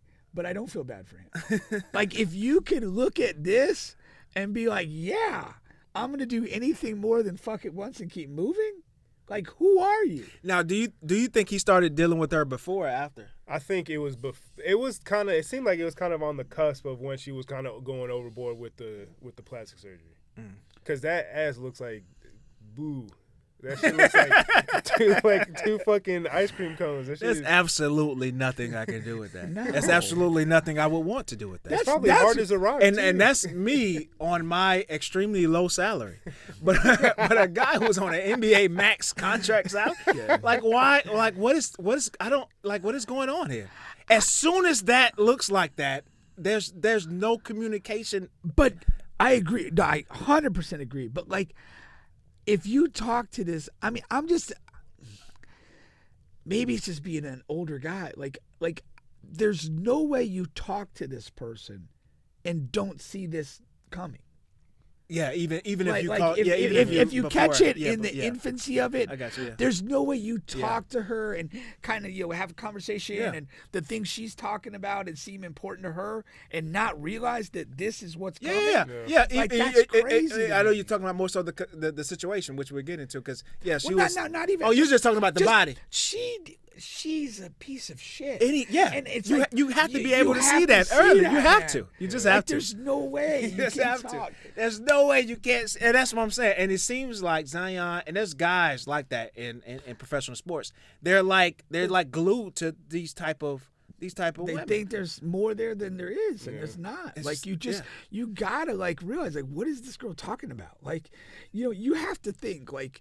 This also has to be the type of girl who's like, you remember the Cheesecake Factory girl? Yeah. Like, she has to be that on steroids. She has to be. And like, you pick that up like, right and it has away. to be only like, what? Can you buy me this? What are you? Can you take me here? What are we doing? I'm going on record with this. Like, if you're not willing to come to McDonald's with me, I don't need to deal with you. Yeah.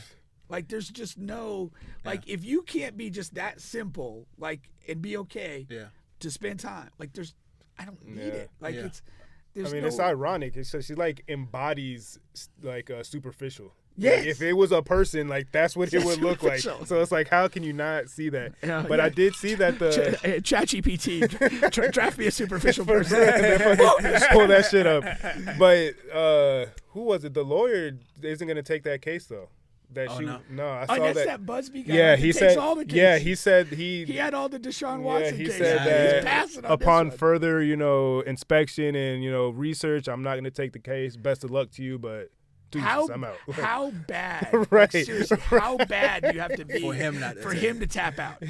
I think I commented on Facebook this morning like that. Yeah. Like, I was like, literally, for him to tap out, you got to be like horrible. So she's incredibly bad. Kind of. I was rooting for her to take him for all he got. Just for him, just because he's an idiot. He robbed the Pelicans, so he needs to get robbed. You know what's funny about Zion is that I'm doing all this for the Pelicans.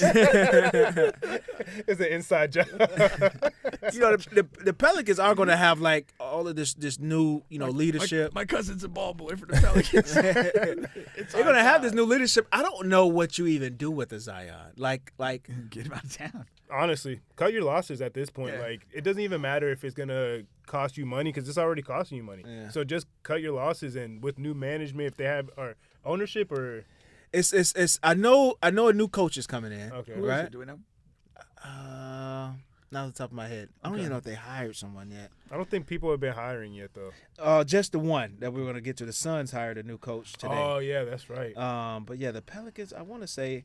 But anyway, as I'm looking that up, and I thought Willie Green was fired. Hold on, it's showing. But still, I mean, cut the losses. Again, they're already hemorrhaging money on him. It's not like he's really produced. Nah, he might maybe in merch. He might have made up some of it in merchandise sales, but like but he hasn't even been on the court enough to even like.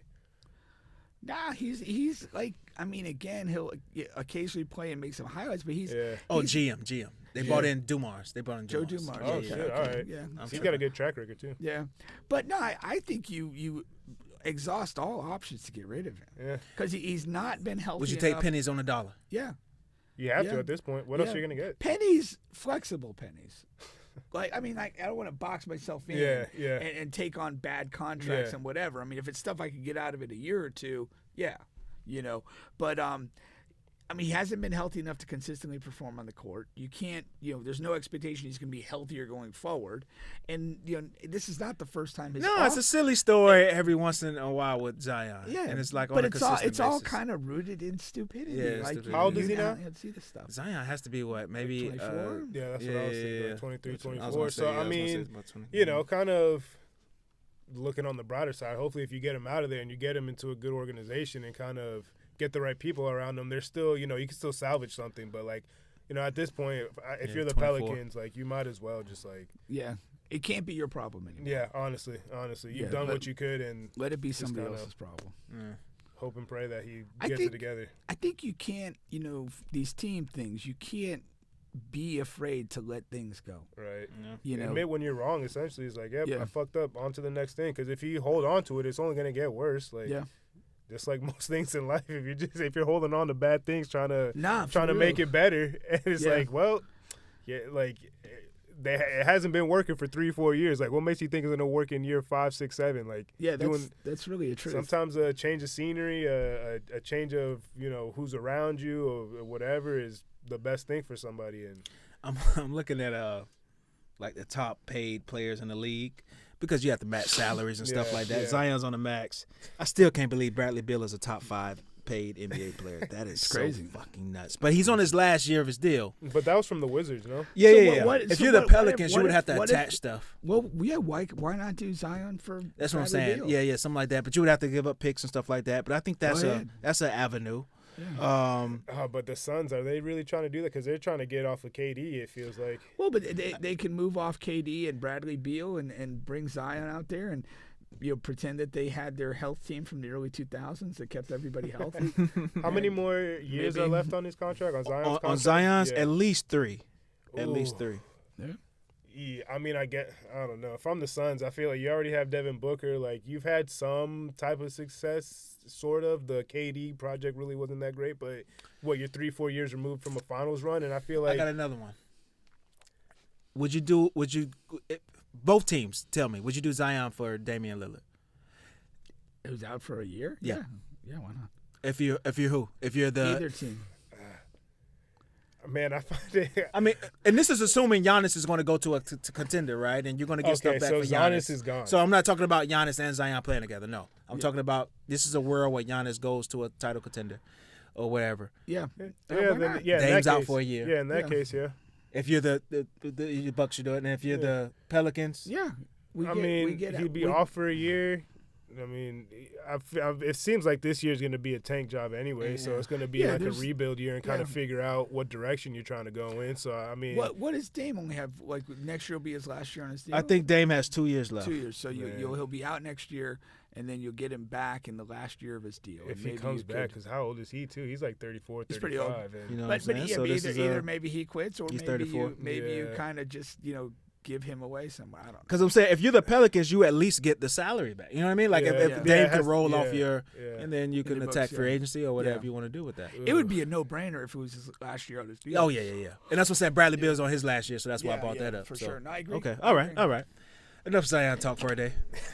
I just thought that was interesting. All right. Somebody get him some quality. Like, again, and it had. I mean, we talked about Ant Edwards issues. Like, it's like somebody's got to get around these guys Yeah. that like have some. At least sense. he's balling, though, on the court. Maybe Right, not in the it's- series, the it's- last series. Like, he kind of went out a little sad, but at least, like, he's, keeping business on No, the court and he's- not letting yeah. it, trickle in. He's playing well. But it just again, like you get these kind of just situations off the court that are Yeah. just dumb. Like you just don't need to put yourself in That's there. what happens when you have a lot of money. It does.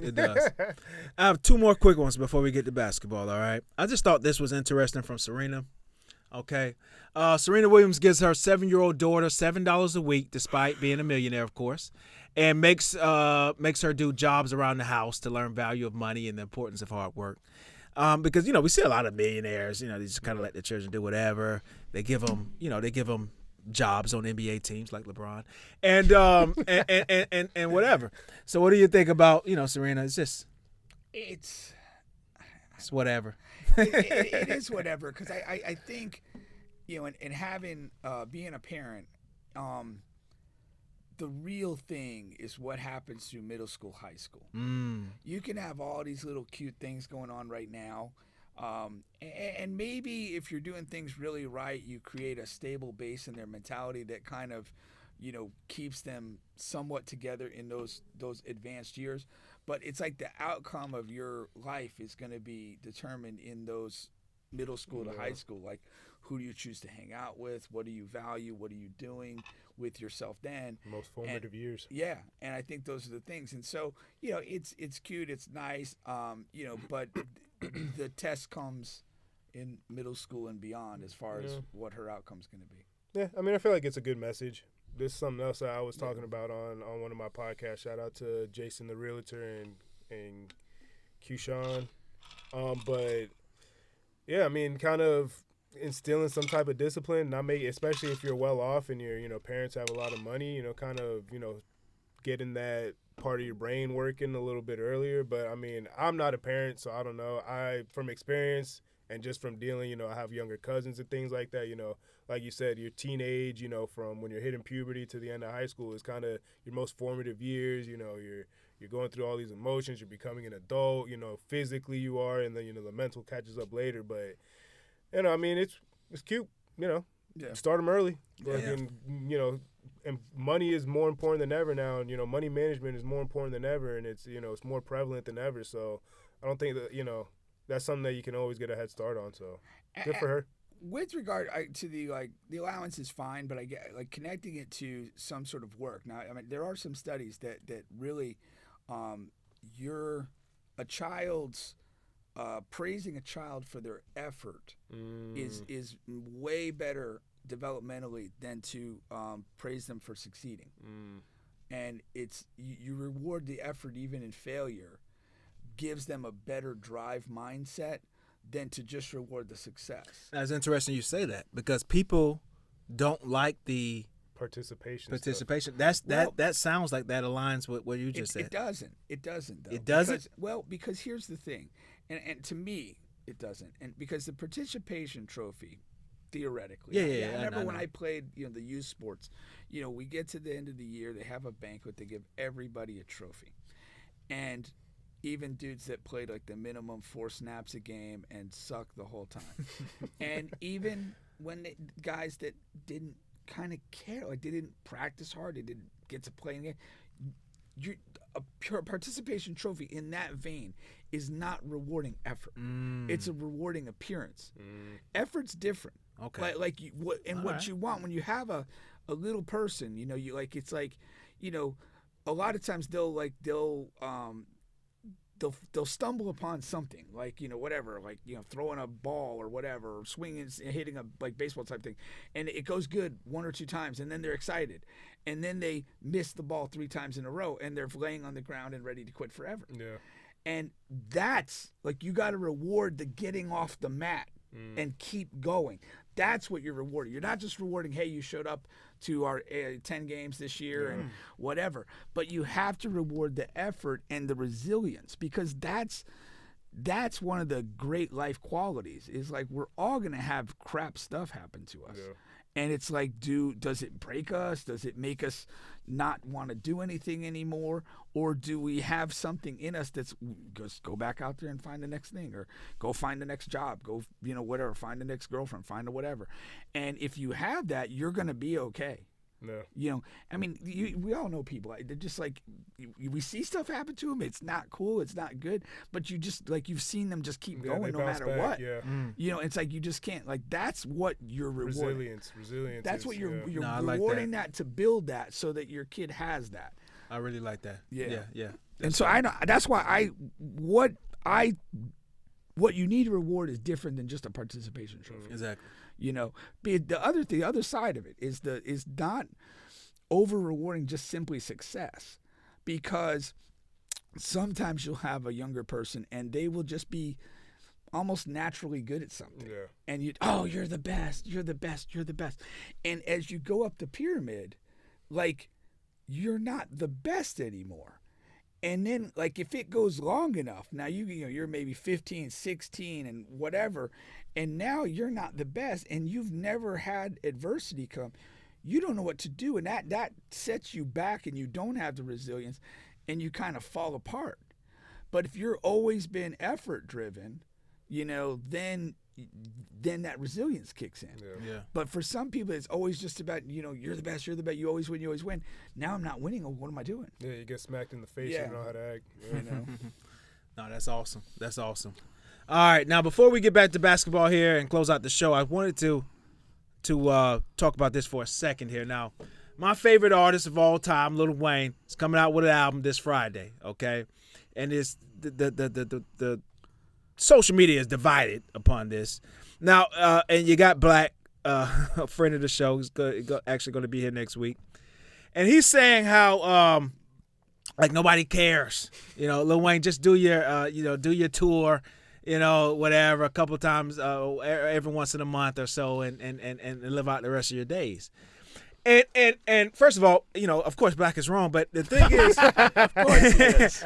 The thing is it is a little weird. This is the first. I'm a diehard Lil Wayne fan. Out of all the fandoms I have 76ers, Chiefs, Gators, Black women. Lil Wayne is the top of my fandom. 30 minutes ago, this guy he wants to bang the world's shittiest white rapper.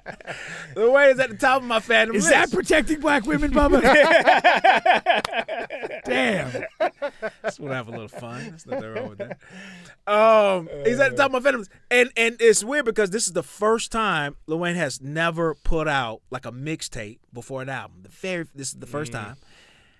There's no singles out as this album, and of course, throughout the history of music, if anybody's putting out an album, they usually put out some type of single. So we have no idea how this is supposed to sound. Now he does do features on other people's, so we have that a little bit, but outside of like his literally last album, The Carter 5, we have no idea how this is going to sound. So I'm not like 100% confident like Black is wrong, this is going to be awesome. I can't say that, but it is fucking weird. And he's just dropping on Friday with no artwork, no single, no mixtape before the album.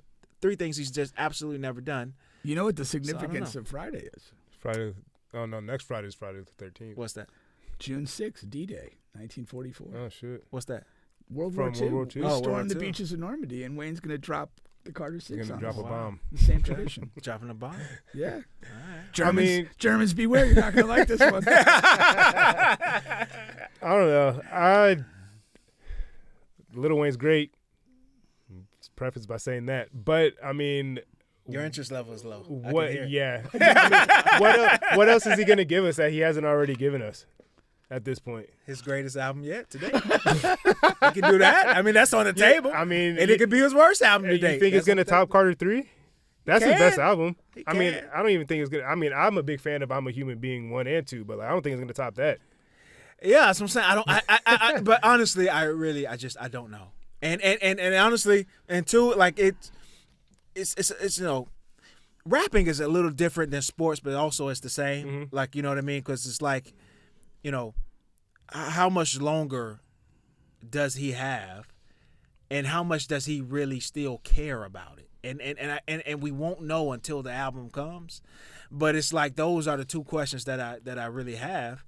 But Lil Wayne's a guy who's it's only been music his entire long ass career. When other rappers venture into all these other different avenues. And that's what I respect a lot about him. And I'm taking it, and to me, it doesn't have to be his best album. Yeah. I like the idea that he's doing this. Yeah, it speaks like he's really about this. Yeah. This is what matters most to him. Yeah, I don't think he'll ever stop rapping. That's when I think he will rap because he's since young. That's what he's been doing, just clocking in bars. That's just all he does. So like you said, he's always just been about the music. So I think he will rap until the bitter end. But I think at this point, like. Again, we've already gotten every type of variation of Lil Wayne that we got. Rapper, hot boy stuff. Then he, later on when he started with I'm a Human Being, the more the rock star stuff, all that shit. Singing then he went stuff, back to all that. Yeah, he's done it all. So, to me, it's more of just kind of like what the quality, like you said, the quality and effort, not necessarily like a new sound or like something different that he's going to give us. But, I mean, at this point, though, he's already so well connected, too. I mean, I feel like the production is always going to be there for him. The quality of the sound is always going to be there. I think for me, for Lil Wayne, like whether I like a project of his or not is, again, kind of, is he just going in there and just clocking in bars and that's it, or is there like going to be a little bit more thought to it? Is there going to be a little bit more, wordplay and really trying to give his best bars, or is he, because he kind of can give you a little wave of that sometimes. Like his highs are very high, but sometimes his lows are like, eesh. But just because he's just putting in, he's just making so much music, so inevitably it's a numbers game is going to be like that. So. Yeah, well, I was going to ask. I mean, you guys are bigger fans than I am. Like, do you feel on prior projects he's just kind of like gone through the motions? On some. Okay. But it's not like it's not a trend, right? So it's not you can't say like the last 3-4 albums. It's not like that. It's random with him. Yeah. And and you don't know until it gets here. You really can't tell. And it's I really like the Carter 5. I think the Carter 5, which was his last studio project, is one that was not well perceived early, but later, like you began to see, it's a lot of gems on there. It aged well. It aged very well. But he does have some where it's just not good from the beginning and still not good now. Yeah. Like, you know what I mean? Okay. So, yeah. Like the Carter 4 for me.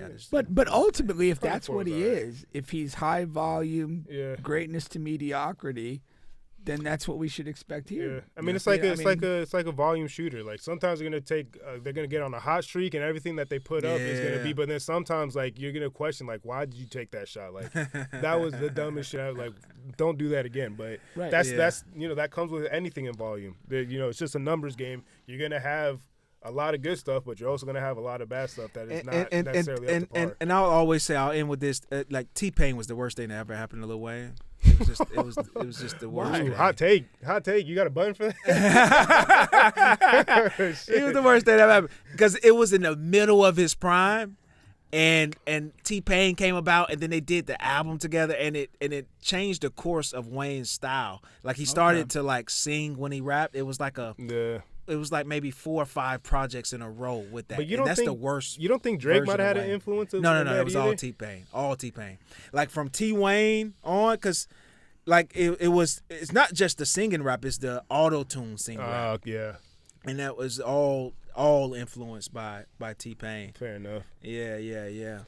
All right. Now, moving back to basketball here, Kevin Durant, Phoenix Suns, first of all, they hired a new coach.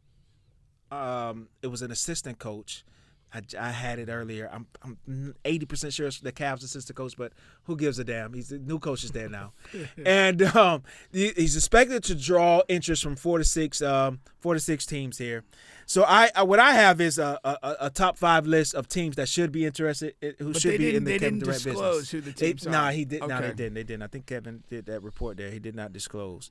All right, so I'm hoping these 5 teams are the teams. All right. Now these are in my list is the teams that should be in the Kevin Durant business. It could make sense. All right, coming in at number 5. I think this my 76ers probably should be in the KD business. That's where he goes to die, then. KD's last stand. If they really believe Embiid can be on the court next year, I think you flip Durant for Paul George. Okay, it's beneficial for the Sixers because Durant will have less years on his thing. You're paying him basically the same. Okay, less years and a more productive player, especially on the offensive end. For the Phoenix Suns, you get Paul George, a slightly younger player, more years on that deal. Okay, and then you go from there. Now, I believe Paul George and Devin Booker have a small beef there. You have to figure that out. It might not work. But if you're ownership, who gives a damn? Right. You're getting whatever. Adults figure it out. That's a homer pick, but Okay. Yeah, I don't. It's fine. If you're gets better. if you're banking on Embiid being healthy, then that's kind of Yeah. It's number 5. if you're banking on Embiid being healthy, you're on your way to bankruptcy. Let's move along before I get upset here. Chapter 13. Number 4 is the Spurs. All right, I believe the Spurs You know, if you miss out on Giannis, I think KD is a nice consolation prize. I think he'll be cheaper as far as assets you'll have to give up. I think he still fits. Okay, you don't need a guy to come in and be this great defensive stalwart because you have Wemby behind you. Okay, you have some perimeter guys around you as well, as in Castle and other guys who can play defense. So I believe KD could fit with the Spurs, and I believe he serves a purpose as a go-to scorer. Of course, Wemby is kind of an all-around guy. That's your best player, but he's an all-around guy. Who's the guy that's going to close games for you? Do you believe it's going to be Fox? I would rather him be a secondary scorer in those crunch time situations. I like that mix. Okay. I like it. You? Yeah, I mean, I think, adding that veteran presence, especially that team. Chris Paul's still on the team, right? Yeah. So, well, he's a free agent, but everybody thinks he's coming back. But, I mean, adding that to a young team, hopefully Wemby comes back, fully healthy next season and kind of pick up where they left off last year where they were, a bit of a fringe team, but it kind of seemed like they were picking up a little bit of steam, and then, Wemby had that blood clot issue. So, but, exactly. I mean, as much as – KD after leaving Golden State has kind of been, I don't know, to me it's been a little bit of a downward spiral for him. I think this is kind of, going to a storied, franchise. They have rings. They have a history of winning. It kind of seems like a good way to send yourself off into the sunset. And, hopefully maybe in a couple years, they're in championship contention. So. I think the downward spiral began when he wanted to drink that white lady's bathwater. That was social media or something, right? Yeah. Oh shit, I didn't know that. Yeah. No, that was hilarious. Tough to come back. Tough to come back from that. But one thing about KD, he's a guy that's out there too, but you don't hear about it. He deals with the right women. Because by all accounts, NBA players like KD is out there. He's sniping. Easy money. He's done plenty of women. He's a lifelong bachelor, dude. Yeah. Like he puts in a lot of work. Or he's in the closet. But he deals with the right ones. That's possible to deal with the right ones. That's my point of bringing that up. Yeah. All right. Coming in at number 3 is the New York Knicks. Okay, I believe the Knicks is a team that should be in the KD business. If you can flip, okay, Towns. I don't think Towns is the guy, but if you want to do Towns, then you can do Towns. I think it needs to be either, in this case, OG or Josh Hart. No. Help me out. Robinson, the center. No, the forward. Bridges. And it's funny. I always forget his name because we drafted Bridges and we always thought that we should have kept him. Yeah. We traded him for a guy that's not even in the league anymore. No. But anyway, if you could flip OG or Bridges for Kevin Durant, I think you're cooking with some sauce here. Okay, and they overpaid for Bridges anyhow. So if you can do that, I think you're cooking with some sauce. And they need another scorer outside of Brunson that they can go to. And even though they're overpaying Bridges and OG, neither one of those guys can provide what they need. What they need. Yeah. I don't disagree if that New York would be smart to be in that. Yeah. I feel like maybe you're blowing it up a little too quick because they just got Cat. They just got Bridges. It kind of takes a little. We're kind of seeing the trend now of NBA teams having to have to be together for a little while to get into the build chemistry, get to the finals, things like that. Like we're seeing kind of more of the natural steps of things now instead of putting a team together and expecting to be in the finals next year. So I don't disagree with it, but I do think it is kind of pulling the trigger a little early on blowing up that. But here's the example that I will offer though, the Boston Celtics. And I think that they tried a bunch of different things and they moved on from different things and different people relatively quickly, but they had a core, the Tatum Brown axis, and then everything else was we'll flip it if it makes if it makes sense. And I think that's a better mentality to have. And I do think like when you get to crunch time and you get into these playoffs, you kind of see what you're lacking. Yeah. And so it's okay. Like you're not going to trade Brunson. You're probably not going to trade Cat. But like the rest of these guys, like Bridges, OG, they didn't do anything great. And it wasn't even like they had one great game. I mean, they just were just kind of Yeah. And so maybe they're not the guys. Let's go find the guys. Yeah. And then also you got to think too, like, maybe it's too early, but again, like things change every year. KD is not going to be available next year. You know what I mean? Like, so you got to make that decision. Kind of strike when the iron's hot. Number 2, I have the Minnesota Timberwolves. Okay. I thought that was a good one. Yeah. I believe they should be in the KD business. Now, and I'm like 99.9% sure they are one of these 4 to 6 teams that are interested in. They actually kicked the can around at the trade deadline. They tried to make a move, and Phoenix declined. Okay, so the offer they had, we don't know what Minnesota offered, but they did make an offer. All right, so now I think anywhere from McDaniels to even Randall should be on the table in this situation here. And I think this move can work. Okay, maybe even throw it. Nas is on an expiring deal, but you could do a sign and trade. That could be fine too.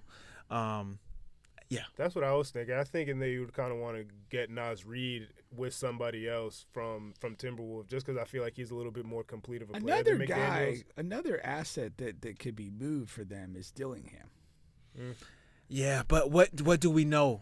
Because they don't play him much. I know you don't know, but like there's lots of guys that their career started with. They didn't play a lot. 100%. And I'm saying, he's a guy that was drafted in the top 10. Yes. And to me, to sweeten the deal. If I'm Phoenix, I want that just as a flyer. Give me that flyer. Yeah. 1,000%. I do understand that. You know what? I just forgot about Rob over there. It was easy to do. Yeah, I just forgot about him. And number 1, I have the Houston Rockets. I think the Houston Rockets makes the most sense for Kevin Durant both ways. I just think that, number 1, now you're not going to do a Jalen Green for Kevin Durant. I do think you still need to move on from Jalen Green. But they just don't have enough scoring options at all. Like I don't think they have any legitimate scoring options. Again, I don't like Jalen Green. I don't like small scoring guards. So Fred VanVleet, I just think he's useless in a big playoff type of game. Even though he had some good moments, and he always is going to have good moments because he's a good basketball player. Here's the thing: you're talking about high leverage. Like individually, you don't like any of their scores being great. Yeah, and they have a need for that. Yes, but I do like their players. Yes, and I do think that again, you can get 2-3 games of VanVleet very good. You could get 3 Sangoon games in this series very good. Yes. So, but to have that real elite specialist who's been there, done that, it's a great add to that team. The other team that I'm going to add to this is Detroit, because I think they have some young pieces and a young star in Cade, and they could use some elite level scoring. I'll push back on that. They struggle with. The only thing, I don't think Detroit is at that point to where a Kevin Durant could propel them. I think they're young enough to where you could say, okay, let's just keep this core together. Because and also because if it was a simple addition, fine, but like I don't want Detroit to give up anyone that Phoenix would need back in that trade. You know what I mean? That's the thing. I'm looking at, unless it's Tobias, then yeah.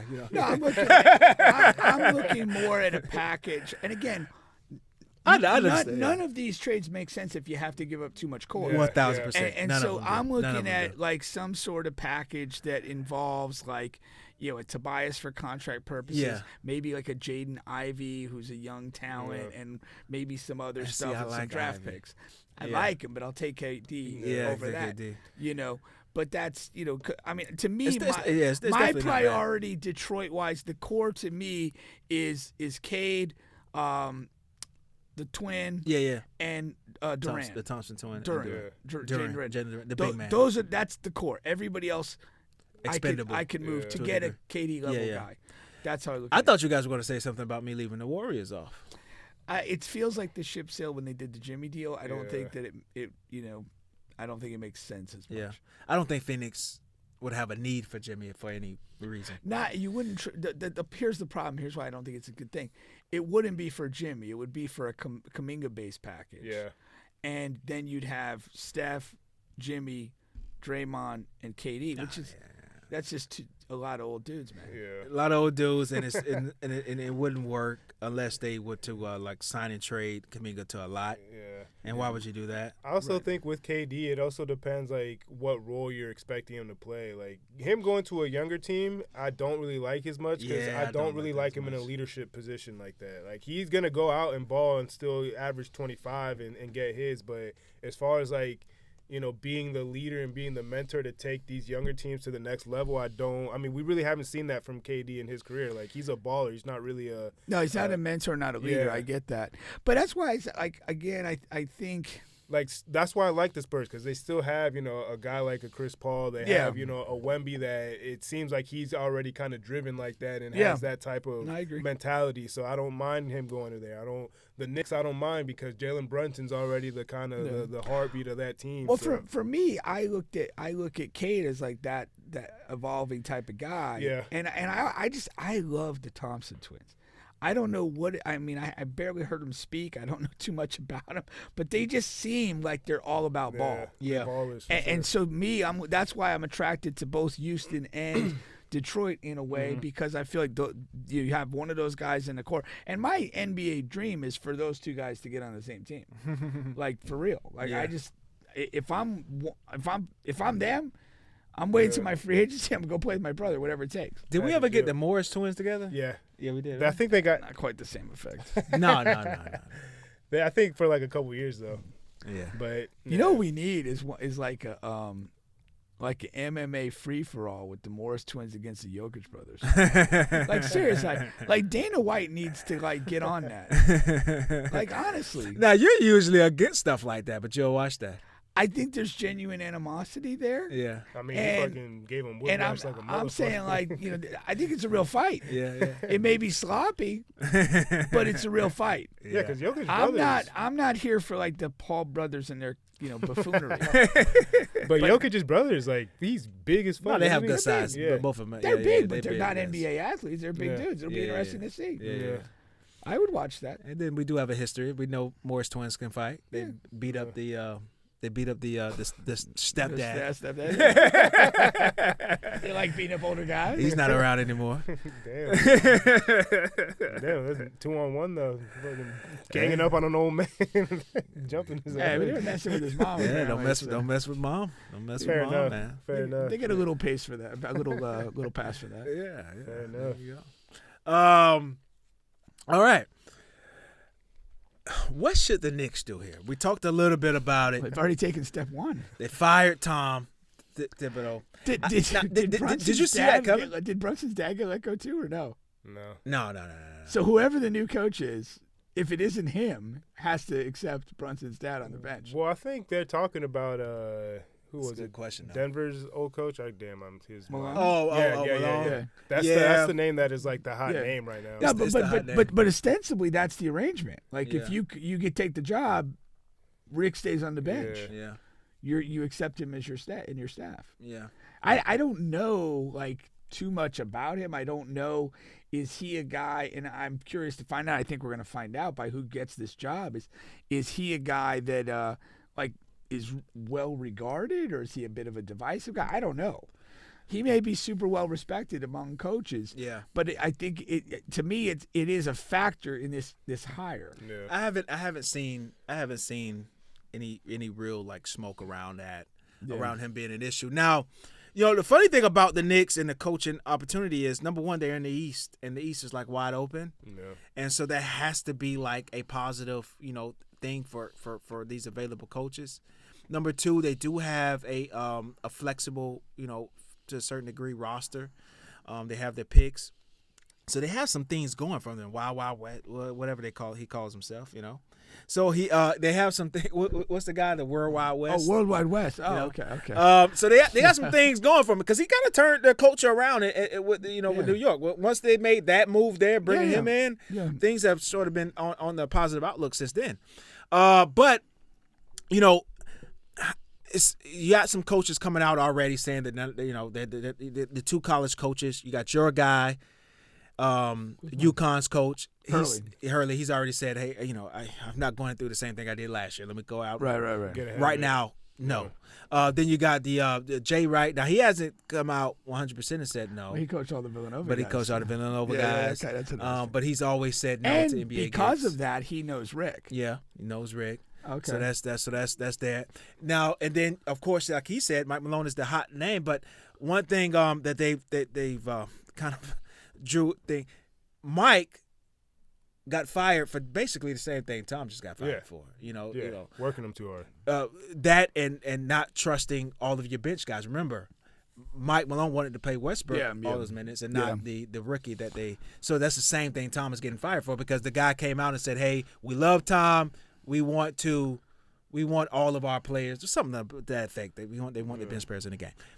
Then you got Jeff, who was on the coaching staff. Jeff, Stan Van Gundy's brother, Jeff Van Gundy. He's been on the coaching staff for the past 2 years as an assistant. For Thibodeau? No, for a team. I want to say Was he with the Clippers? I want to say Clippers. Yeah. Okay. I want to say right. And that's where Van Gundy started. You know what I mean? The Knicks. And he's been an assistant for the past 2 years. So you got that. So they're going to have a plethora of options, I think, because New York they're in a decent situation. In a decent situation for a top coach to say, "Hey, this is a good opportunity for me." Especially, that Jason Tatum injury changed everything. It changes everything. You know. Man. Then Giannis on the potential move, Yeah. No, interesting job, and it'll be interesting. I almost feel like because they're probably a on-court move or two away from being able to break through, even in a weakened Eastern Conference, and I feel. The thing is the player. I don't think I like Jay Wright a lot. He's not an NBA guy. Right. And to me, you need an NBA operator in that spot. Yeah, because you're on the brink. Like, I don't think this is the time to try shit. You know what I mean? You're not when you're this close. Well, you're firing Thibodeau because you don't think he can get you the last mile. That last mile. That's why. Yeah. He got you to this mile. Yeah. But you're feeling, and you may be right. The Bulls were right with Doug Collins and going with Phil Jackson. But this is why you're doing this move, and I don't think Jay Wright, with the lack of NBA experience, is the guy for this position. Yeah, at least not. It's not the right timing. For Jay Wright. Yeah, I think that's why it feels like though Mike Malone is just kind of clear and obvious because he was a similar type of coach, but he was able to get over the hump, and he might be, which was a point that I wanted to bring up with the Pacers OKC. Having a great coach, that's the one thing that the Pacers have over the OKC Thunder is that Rick Carlisle has been there. He won a chip. He has that experience. So that's also, in those crunch time situations, which I think there'll be a few of them in this series that, he has the coaching edge, strategic edge on that, which, Mike Malone might have that. We don't know if it's an edge. We know that he's proven. But the OKC coach he's been phenomenal now. He's just not proven. For sure. Yeah, but we don't know if it's an actual. But given what we know, you would say that Rick Carlisle has the Pacers have the coaching the upper hand. If you're doing the whole thing, advantage here, advantage there, you're But that might be the case for the Knicks and Mike Malone, that he might just have that extra that Thibodeau doesn't have, and that's what's going to be especially next year. No, even if it doesn't win them the finals, even next year that the East is open, there's so many question marks. It might get them to the finals. And as a Knicks fan, I'm sure they'll fucking lose their fucking minds. The other thing you got to do too is like assuming these guys are pretty intelligent, Mike Malone is gonna take something from this experience. He's not gonna. I hope he's not dumb enough to just be so rigid. I'm just gonna do the same shit over here. Like you have a core as a coach that's not really gonna change, but you can kind of change some peripheral things that can make a big difference. And again, every time you move from one spot to another, you got to take lessons from that and kind of tweak and evolve what you're doing. What's tough for these guys that were fired for a specific reason. I'm not sure that I'm even all the way on board with those reasons because, as a coach, you work with your front office and ownership to field the team, but essentially that is on the front office and the ownership to field the team. Yeah. And these guys are getting fired because they're not playing their bench. But these specific players that they're talking about, they're just not that good. Yeah. You know what I mean? So JJ is in his first year or whatever. So, but he didn't get reprimanded for only playing 5 guys, and the other guys are shit. What do you want me to do? We got Pinka's a coach. I'm telling you, man. If there is a substantial game of any if he doesn't trust you, you're not getting in the I game. mean, that's the nature. That's the nature of Not sports. getting in the though. game, Like, man. It's wins. We're trying to win out here, especially in competitive. Like I'm trying to get Yeah, a fucking and I W. believe in that. Like Yeah. I've always, I mean, it's trust. Yeah. It's trust. It's like, what does the situation demand, and can I trust you to do that? And if I can't, I ain't putting you in. yeah. It's just Now, if it's a free-for-all regular season game, we're up 20, whatever, or the stakes are low, it's like whatever. Okay, I can see what you got, see what you feel, and those guys were playing in those times. But this is the playoffs. Like everything is on the line. I don't trust this guy. He didn't play good in any regular season game I put him in. You saw it. What do you want me to do here? Yeah. And these guys are getting fired for that. So The that's tough. funny thing with the JJ thing, in hindsight, I almost feel like he did that, like, out of spite to the front office. Yeah. In that, like, He seems like your type. yeah, he's bright. I think he plays. I think he plays chess, and I think that it was one of those things. It's like, I'm frustrated with these guys all series. They ain't doing shit. Yeah. I ain't gonna put one of them in. I'm just gonna. They'll know. They'll know. I don't need these fuckers. And I'm sure LeBron shares the same sentiment too, because he's kind of had a history of not really wanting to play with young players. Yeah. either. LeBron was probably happy that he didn't have Yeah. to be the one. Like, you Yeah. know what I mean? Because I could just he didn't have to be passive aggressive at all. yeah. Following him. Like Yeah, JJ yeah. does. Yeah. No, that's the thing. But I guess there's like, there's two things, and I don't know that it always falls on the head coach, because I know at the NBA level there's a number of like player development guys and things like that. And so, development also has to be combined with opportunity. But when you get down to where elimination is at stake, like the opportunity goes out the window if you can't operate in that game.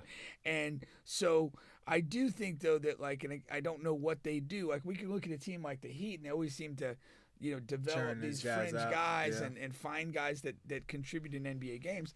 And, if a team's just not developing or identifying guys and getting the most out of them, that's an issue. But that's not always the head coach. I mean, do you have the infrastructure behind that to, and a plan to get these guys reps, use the G League, build confidence?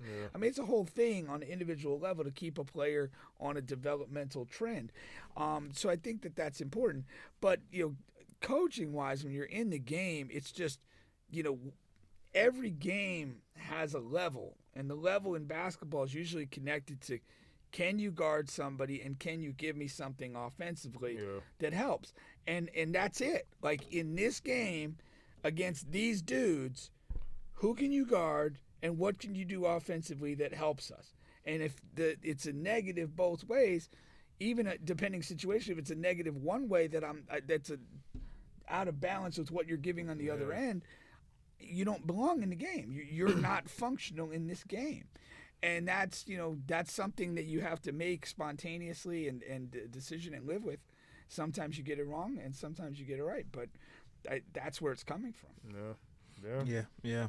Shout out to What We're All Thinking podcast that shouted over you. My dog Nate was good, brother. Yeah. Appreciate you for tuning in, man. And he shouted you out. No hangover podcast. So yeah, appreciate you, man, for that comment. Now, and I completely agree with that. All right.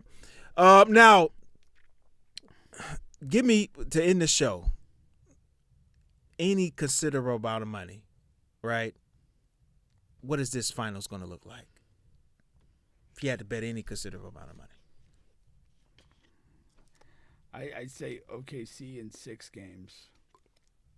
3 competitive, real fun games, and 3 games that are lopsided one way or the other. One way or the other.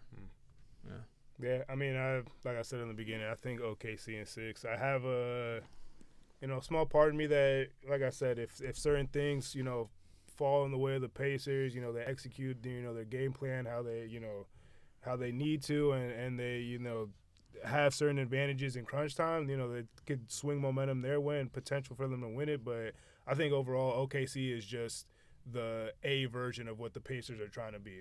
Better point guard, better big man, better supporting roles, play better defense. And the Pacers do all that good.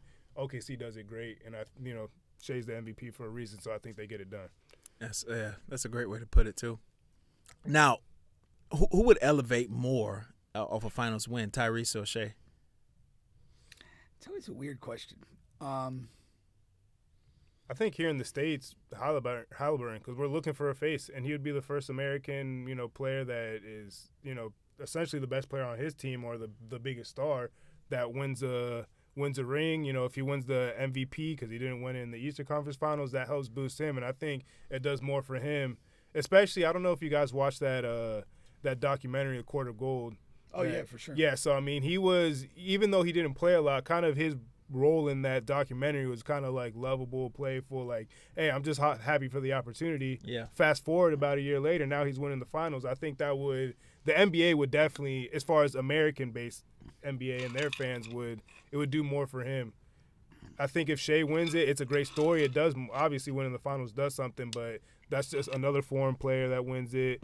It's Canada that wins it, so it kind of feeds into that narrative of, well, the American product is just not as good as the global product right now. I think it's too early for Tyrese. I think it's too early to make a huge impact for his career like that. With OKC and with Shea, like, both of them had a similar run last year, right? But with the Pacers, it wasn't we weren't disappointed. We kind of knew Boston was going to do that. Yeah. And we just thought that the Pacers kind of got there off of a whim. OKC, we were kind of expecting something. We knew they were young, but we knew they were, one of the better teams last year. And then they followed it up, what the Pacers didn't do. OKC followed it up this year, did the exact things we wanted them to do, and all of that. And with Shea winning the MVP, I think he has with the win, I think he have a firm chance to say, okay, yeah, Shea is the best player in the league, and nobody would really have a firm argument against it. They would just say, oh, I prefer Nikola or whatever, right? Yeah. And with Tyrese, he's still like I wouldn't say inconsistent, but there is a game or two in each series, and there will be in this series as well, where he just no shows. Yeah. He no call, no shows. I just think it's a tough question to answer because, like, Halliburton's well below Shea. Yeah. But to win the finals, he would need to be. It kind of like stamps him. Like, he literally goes from like what most overrated, all-star to champion. Yeah. Like, that's a crazy run that puts him on a track that's like, wow, I didn't see this coming. Yeah. This guy's a lot more serious than I thought. But the other side of that argument is Shea's, reigning MVP, best regular season record, completes the finals on a young team with a young core and a really smart GM. Like, are we potentially looking at a guy that puts together multiple titles over his career, maybe a couple MVPs, and now he's a guy that we're looking at in the all-time top 10 in some way? That's a whole lot at stake. But from where he is, he's way closer to that than Halliburton is. Yeah. So Halliburton to win a final would in itself be like a crazy accomplishment. Yeah. So I think it would mean a tremendous amount to both guys. It would. I mean, for Halliburton though, you see if somebody wins the finals, that could give him the type of confidence to start, for sure, ripping off things for a guy like Tyrese Halliburton that kind of came out of nowhere. I mean, we're already, like you said, we kind of saw this build come from OKC. Shea has been in the MVP conversation for a few years. He's now had, if he now wins MVP finals, he'll most likely win finals MVP. There's not a lot of people that have done that. So, like you said, it kind of elevates him to, can we start talking about all-time stuff? Like, if he does another 2 or 3 seasons of this, like you said, is he going to be in that conversation of, all-time point guards or, top 20 player, how high up the list does he go in that way? But another conversation we have to have at a later date is if the NBA is going to trend this way, do we have to start looking at things differently? And what I mean by that is a new team, a new it guy each year is just winning it. I mean, if you don't have the dynasties, you know what I mean? Then that's kind of what you're looking at. Which again, like next year, what if it's Anthony Edwards? Then the year after that, that's what if it's Wemby? But the other way to look at that is that we've had this for 5 or 6 years now. Well, that's why Adam Silver has come out and said that, like, he wants to have more of an NFL model of, like, not who's playing in the finals, but the finals are being played. I need to tune in. Kind of like the Super Bowl. It doesn't matter who's in the Super Bowl. You're tuning in to watch the Super Bowl. So he came out and kind of said, I want there to be more parity. I want to have more of that model. That'll never be. Yeah, it'll That'll never be because the Super Bowl is a single day. Yeah. Yeah. It's always a Sunday. Yeah. And it's at a time of the year when probably half the country is snowed in and doesn't have shit to do. Yeah. It's, The timing of it, it's the beginning of summer, so people are, coming out of hibernation and shit. So that works against it. You're talking the summertime, you're talking, 4 to 7 possible games, most of which will be played over the middle of the week at 8:30 or 9 o'clock. Yeah. It's just not. Yeah, I mean, it's not going to be the same in that sense as far as Yeah. being as big, but like just not caring who's in the finals, just Yeah. watching the finals because the finals are on. And that's not what the NBA built this brand No, upon. and That's it's been the dynasty initial problem based, out and as well. usually their highest ratings in the NBA is when we do have a dynasty. It's the who's who. Yeah. Not even so far. It's not even as much as dynasties, but the who's who. LeBron James versus Curry, Yeah.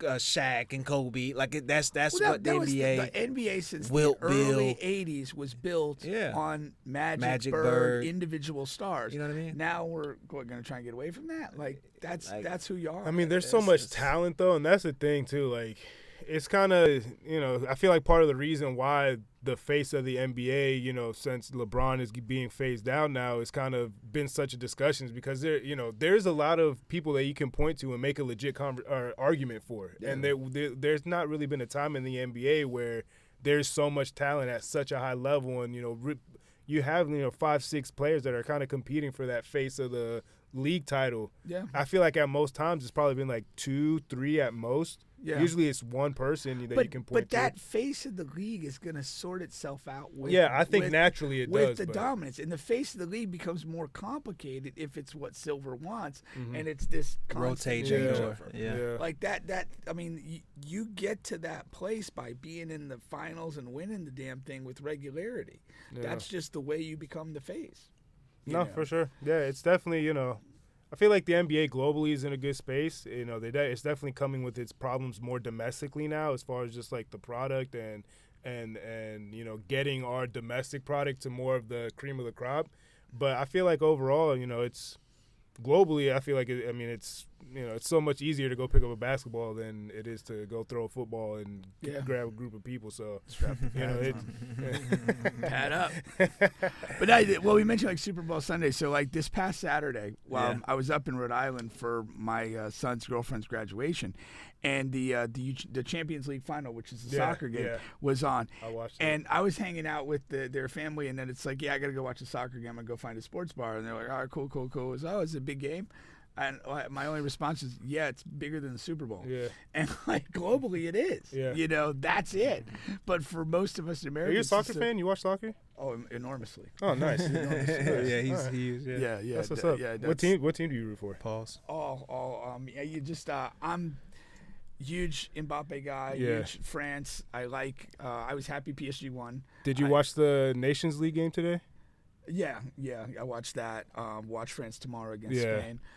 No, I literally have a TV in my office, and pretty much at 3 o'clock every afternoon a game goes on. Nice. That's what's up. Yeah. Soccer was my first team sport, so that was. Yeah. No, in the EPL, I like Liverpool's my squad. But yeah, no, I love it. But again, it's, I look forward to Champions League final like the Super Bowl. Yeah. It just doesn't resonate the same way with a lot of people, but it's okay. Here at least. Anywhere else, anywhere for else, sure.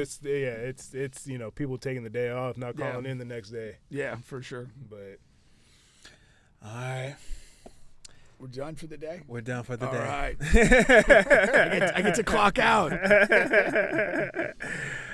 It's been On the Bench podcast with no hangover. We'll catch you guys next week. Appreciate you for tuning in. Deuces.